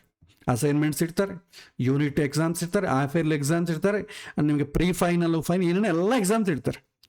ಕೊನೆಯದಾಗಿ ನಿಮಗೆ ಪಬ್ಲಿಕ್ ಎಕ್ಸಾಮ್ ಅಂತ ಕೊನೆಗೆ ಇತ್ತಲ್ವಾ, ಆ ಎಕ್ಸಾಮಲ್ಲಿ ಪಾಸ್ ಆದ್ರೇ ನಿಮಗೆ ಮುಂದೆ PUCಗೆ ಹೋಗ್ಲಿಕ್ಕೆ ಆಗ್ತದೆ. ನೀವು ಫಸ್ಟಿಂದ ಚೆನ್ನಾಗಿ ಎಕ್ಸಾಮ್ಗಳು ಬರೆದು ಕೊನೆಯ ಎಕ್ಸಾಮಲ್ಲಿ ಸರಿ ಬರಲಿಕ್ಕಾಗಲಿಲ್ಲ, ಫೇಲ್ ಆದ್ರೆ ಅಂದ್ಕೊಳ್ಳಿ, ನಿಮ್ಮನ್ನು ಫೇಲ್ ಅಂತಲೇ ಹಾಕ್ತಾರೆ. ಎಲ್ಲರೂ ಇಷ್ಟಕ್ಕೆ ಮುಂಚೆಲ್ಲ ಚೆನ್ನಾಗಿ ಒಳ್ಳೆ ಮಾರ್ಕ್ಸ್ ತಂದಿದ್ದಾನೆ, ಪಾಪ ಎಕ್ಸಾಮಿನೇಷನ್ ಟೈಮಲ್ಲಿ ಆರೋಗ್ಯ ಸರಿ ಇಲ್ಲ, ಹಾಗಾಗಿ ಅವನು ಬರಲಿಕ್ಕಾಗಲಿಲ್ಲ, ಹಿಂದಿನ ಮಾರ್ಕ್ಸೆಲ್ಲ ಕನ್ಸಿಡರ್ ಮಾಡಿದರೆ ಯಾರೂ ಮಾಡಲ್ಲ. ಲೌಕಿಕದಲ್ಲಿ ಕೂಡ ಎಷ್ಟು ಆಡಾಗಿರುತ್ತೆ ಈ ಥರ ಮಾಡಿದ್ರೆ. ಭಗವಂತನ ಸರ್ಕಾರದಲ್ಲೂ ಇಷ್ಟೇ. ಕೊನೆಗೆ ಫೈನಲ್ ಎಕ್ಸಾಮ್ ಇರ್ತದೆ. ಆ ಫೈನಲ್ ಎಕ್ಸಾಮಲ್ಲಿ ನೀವು ಪಾಸ್ ಆಗಬೇಕು. ನೀವು ಪೂಜೆಗಳು ಮಾಡ್ಕೊಳ್ಳಿ, ವ್ರತಗಳು ಮಾಡ್ಕೊಳ್ಳಿ, ಮಂತ್ರೋಪಾಸನೆ ಮಾಡ್ಕೊಳ್ಳಿ, ವೇದ ಪಾರಾಯಣ ಮಾಡ್ಕೊಳ್ಳಿ, ಭಗವದ್ಗೀತೆ ಪಾರಾಯಣ ಮಾಡ್ಕೊಳ್ಳಿ, ವಿಷ್ಣು ಸಹಸ್ರನಾಮ ದಿನ ಹಾಗೂ ಪಾರಾಯಣ ಮಾಡ್ಕೊಳ್ಳಿ. ನಾವು ಮಾಡ್ತೇವೆ, ಟೇಪ್ ರೆಕಾರ್ಡ್ರು ಮಾಡ್ಕೊಳ್ಳಿ, ತೊಂದರೆ ಏನಿಲ್ಲ. ಆದರೆ ಅದಕ್ಕೆ ತಕ್ಕಂತೆ ನಮ್ಮ ಪ್ರಿಪೇರ್ ಆಗಿದೆಯಾ, ನಮ್ಮ ಇಂದ್ರಿಯಗಳು, ನಮ್ಮ ಮನಸ್ಸು ಪ್ರಿಪೇರ್ ಆಗಿದೆಯಾ? ಪ್ರಿಪೇರ್ ಆಗಿದ್ರೆ ತೊಂದರೆ ಇಲ್ಲ. ಅದರ ಪ್ರಿಪರೇಷನ್ಗೋಸ್ಕರವೇ ನಮ್ಮ ಸಂಪ್ರದಾಯದಲ್ಲಿ ಇದೆಲ್ಲ ಇಟ್ಟಿರೋದು. ವ್ರತ, ನಿಯಮಗಳು, ಪಾರಾಯಣಗಳು, ಜಪಗಳು, ಅನುಷ್ಠಾನಗಳು ಯಾಕೆ ಇಟ್ಟಿರೋದು ಅಂದರೆ ಆ ಪ್ರಿಪರೇಷನ್ಗೋಸ್ಕರ. ಇಲ್ಲಿ ಆ ಪ್ರಿಪರೇಷನ್ ಅಂತೂ ಆಗ್ತಾ ಇಲ್ಲ, ಬಟ್ ಪಾರಾಯಣಗಳು ನಿರಂತರ ನಡೀತಾ ಇದೆ. ನಿರಂತರ ನಾವು ಗಟ್ಟಿ ಮಾಡ್ತಾ ಇದ್ದೀವಿ. ಸಣ್ಣ ಹುಡುಗ ಎಕ್ಸಾಮಿನೇಷನ್ಗೋಸ್ಕರ ಗಟ್ಟಿ ಮಾಡಿ ಹೋಗಿ ಎಕ್ಸಾಮಿನೇಷನ್ ಬರೋದು ಏನು ಉಪಯೋಗ? ಅರ್ಥ ಆಗಲಿಲ್ಲ ಅವನಿಗೆ. ನಾನು ಸಣ್ಣ ತಂದಾಗ ನ್ಯೂಟನ್ ಲಾಸು ಗಟ್ಟಿ ಮಾಡ್ಕೊಂಡು ಹೋಗಿ ಬರುತ್ತೆ. ಹಾಗಾಗಿ ನ್ಯೂಟನ್ ಯಾವುದಕ್ಕೋಸ್ಕರ ಹೇಳಿದಂತ ಇವತ್ತಿಗೂ ಅರ್ಥ ಆಗಲಿಲ್ಲ ನನಗೆ. ಹಾಗೆ ನಮ್ಮ ತತ್ವಶಾಸ್ತ್ರಗಳು ಆ ರೀತಿ ಆಗಬಾರ್ದು. ಯಾವುದನ್ನ ಮಾಡಲಿ ತಿಳ್ಕೊಂಡು ಮಾಡೋಣ. 2ನೇ ಅಧ್ಯಾಯದಿಂದ ಭಗವಂತ ಹೇಳೋದಿದೆ, ತಿಳಿದು ಮಾಡಿ. ತಿಳಿದು ಮಾಡಿದ್ರೇ ಅದರ ಉಪಯೋಗ ನನ್ನ ಜೀವನಕ್ಕೆ ಎಲ್ಲಾಗುತ್ತೆ ಅಂತ ಗೊತ್ತಾಗ್ತದೆ. ಹಾಗೆ ಇದು ತುಂಬ ಸುಂದರವಾದ ಶ್ಲೋಕ. ಅಂತ್ಯಕಾಲದಲ್ಲಿ ನಮ್ಮ ಮನಸ್ಸಿನಲ್ಲಿ ಏನಿರ್ತದೋ ಮುಂದೆ ಅದೇ ರೀತಿ, that is the final exam ಅಷ್ಟೇ, ಇನ್ನೇನಿಲ್ಲ. ಫೈನಲ್ ಎಕ್ಸಾಮ್ ಅಂದ್ಕೊಳ್ಳಿ. ಈ ಭೂಮಿಯಿಂದ ನಾವು ಈ ಭೂಮಿಯಲ್ಲಿ ಟ್ರೈನಿಂಗ್ ತಗೊಳ್ಳಿಕ್ಕೆ ಈ ಶಾಲೆಗೆ ಕಳಿಸಿದ್ದಾನೆ ಯೂನಿಫಾರ್ಮ್ ಕೊಟ್ಟು. ಈ ಶರೀರ ಎಂಬೋ ಯೂನಿಫಾರ್ಮ್ ಕೊಟ್ಟು ಭಾರತ ದೇಶ ಎಂಬೋ ಪ್ಲೇಸಿಗೆ ಹೋಗಿ ಅಲ್ಲೊಂದು ಹಿಂದೂ ಟ್ರೆಡಿಷನ್ ಆಫ್ ಸ್ಕೂಲ್ ಇದೆ. ಆ ಸ್ಕೂಲಲ್ಲಿ ನಮಗೇನು ಹಾಕಿದ್ದಾನೆ. ಡಿಫ್ರೆಂಟ್ ಸ್ಕೂಲ್ಸ್ ಇದೆ. ಅದರಲ್ಲಿ ನಾವು ಈ ಸನಾತನ ಧರ್ಮ ಅಂತ ಎಂಬೋ ಸ್ಕೂಲಲ್ಲಿ ನಾವು ಬಿದ್ದಿದ್ದೇವೆ, ಓದಲಿಕ್ಕೆ ಬಿದ್ದಿದ್ದೇವೆ. ಚೆನ್ನಾಗಿ ಓದ್ಕೊಡ್ತಾ ಇದ್ದೇವೆ, ಮಾರ್ಕ್ಸ್ ತರ್ತಾ ಇದ್ದೇವೆ. ಫೈನಲ್ ಎಕ್ಸಾಮ್ ಅಂತ ಒಂದಿರುತ್ತದೆ. ಅದಾದ ಮೇಲೆ ಮುಂದೆ ಯಾವ ಸ್ಕೂಲಿಗೆ ಹೋಗಬೇಕು ಭಗವಂತ ಡಿಸೈಡ್ ಮಾಡ್ತಾರೆ. ಈ ರೀತಿ ಅನುಸಂಧಾನ ಮಾಡಿಕೊಂಡ್ರೆ ನಮಗೆ ಕರೆಕ್ಟಾಗಿ ಕ್ಲಾರಿಟಿ ಬರ್ತದೆ. ಓಕೆ, ಸೊ ಸಮಯ ಆಗಿದೆ ಇವತ್ತು. ಇಲ್ಲಿಗೆ ನಾವು ಮುಕ್ತಾಯಗೊಳಿಸೋಣ. ಮತ್ತೆ ಮುಂದಿನ ವಾರ ಪಾಠ ಮತ್ತಷ್ಟು ಮಾಡೋಣ. ಶ್ರೀಕೃಷ್ಣ ಅರ್ಪಣಮಸ್ತು.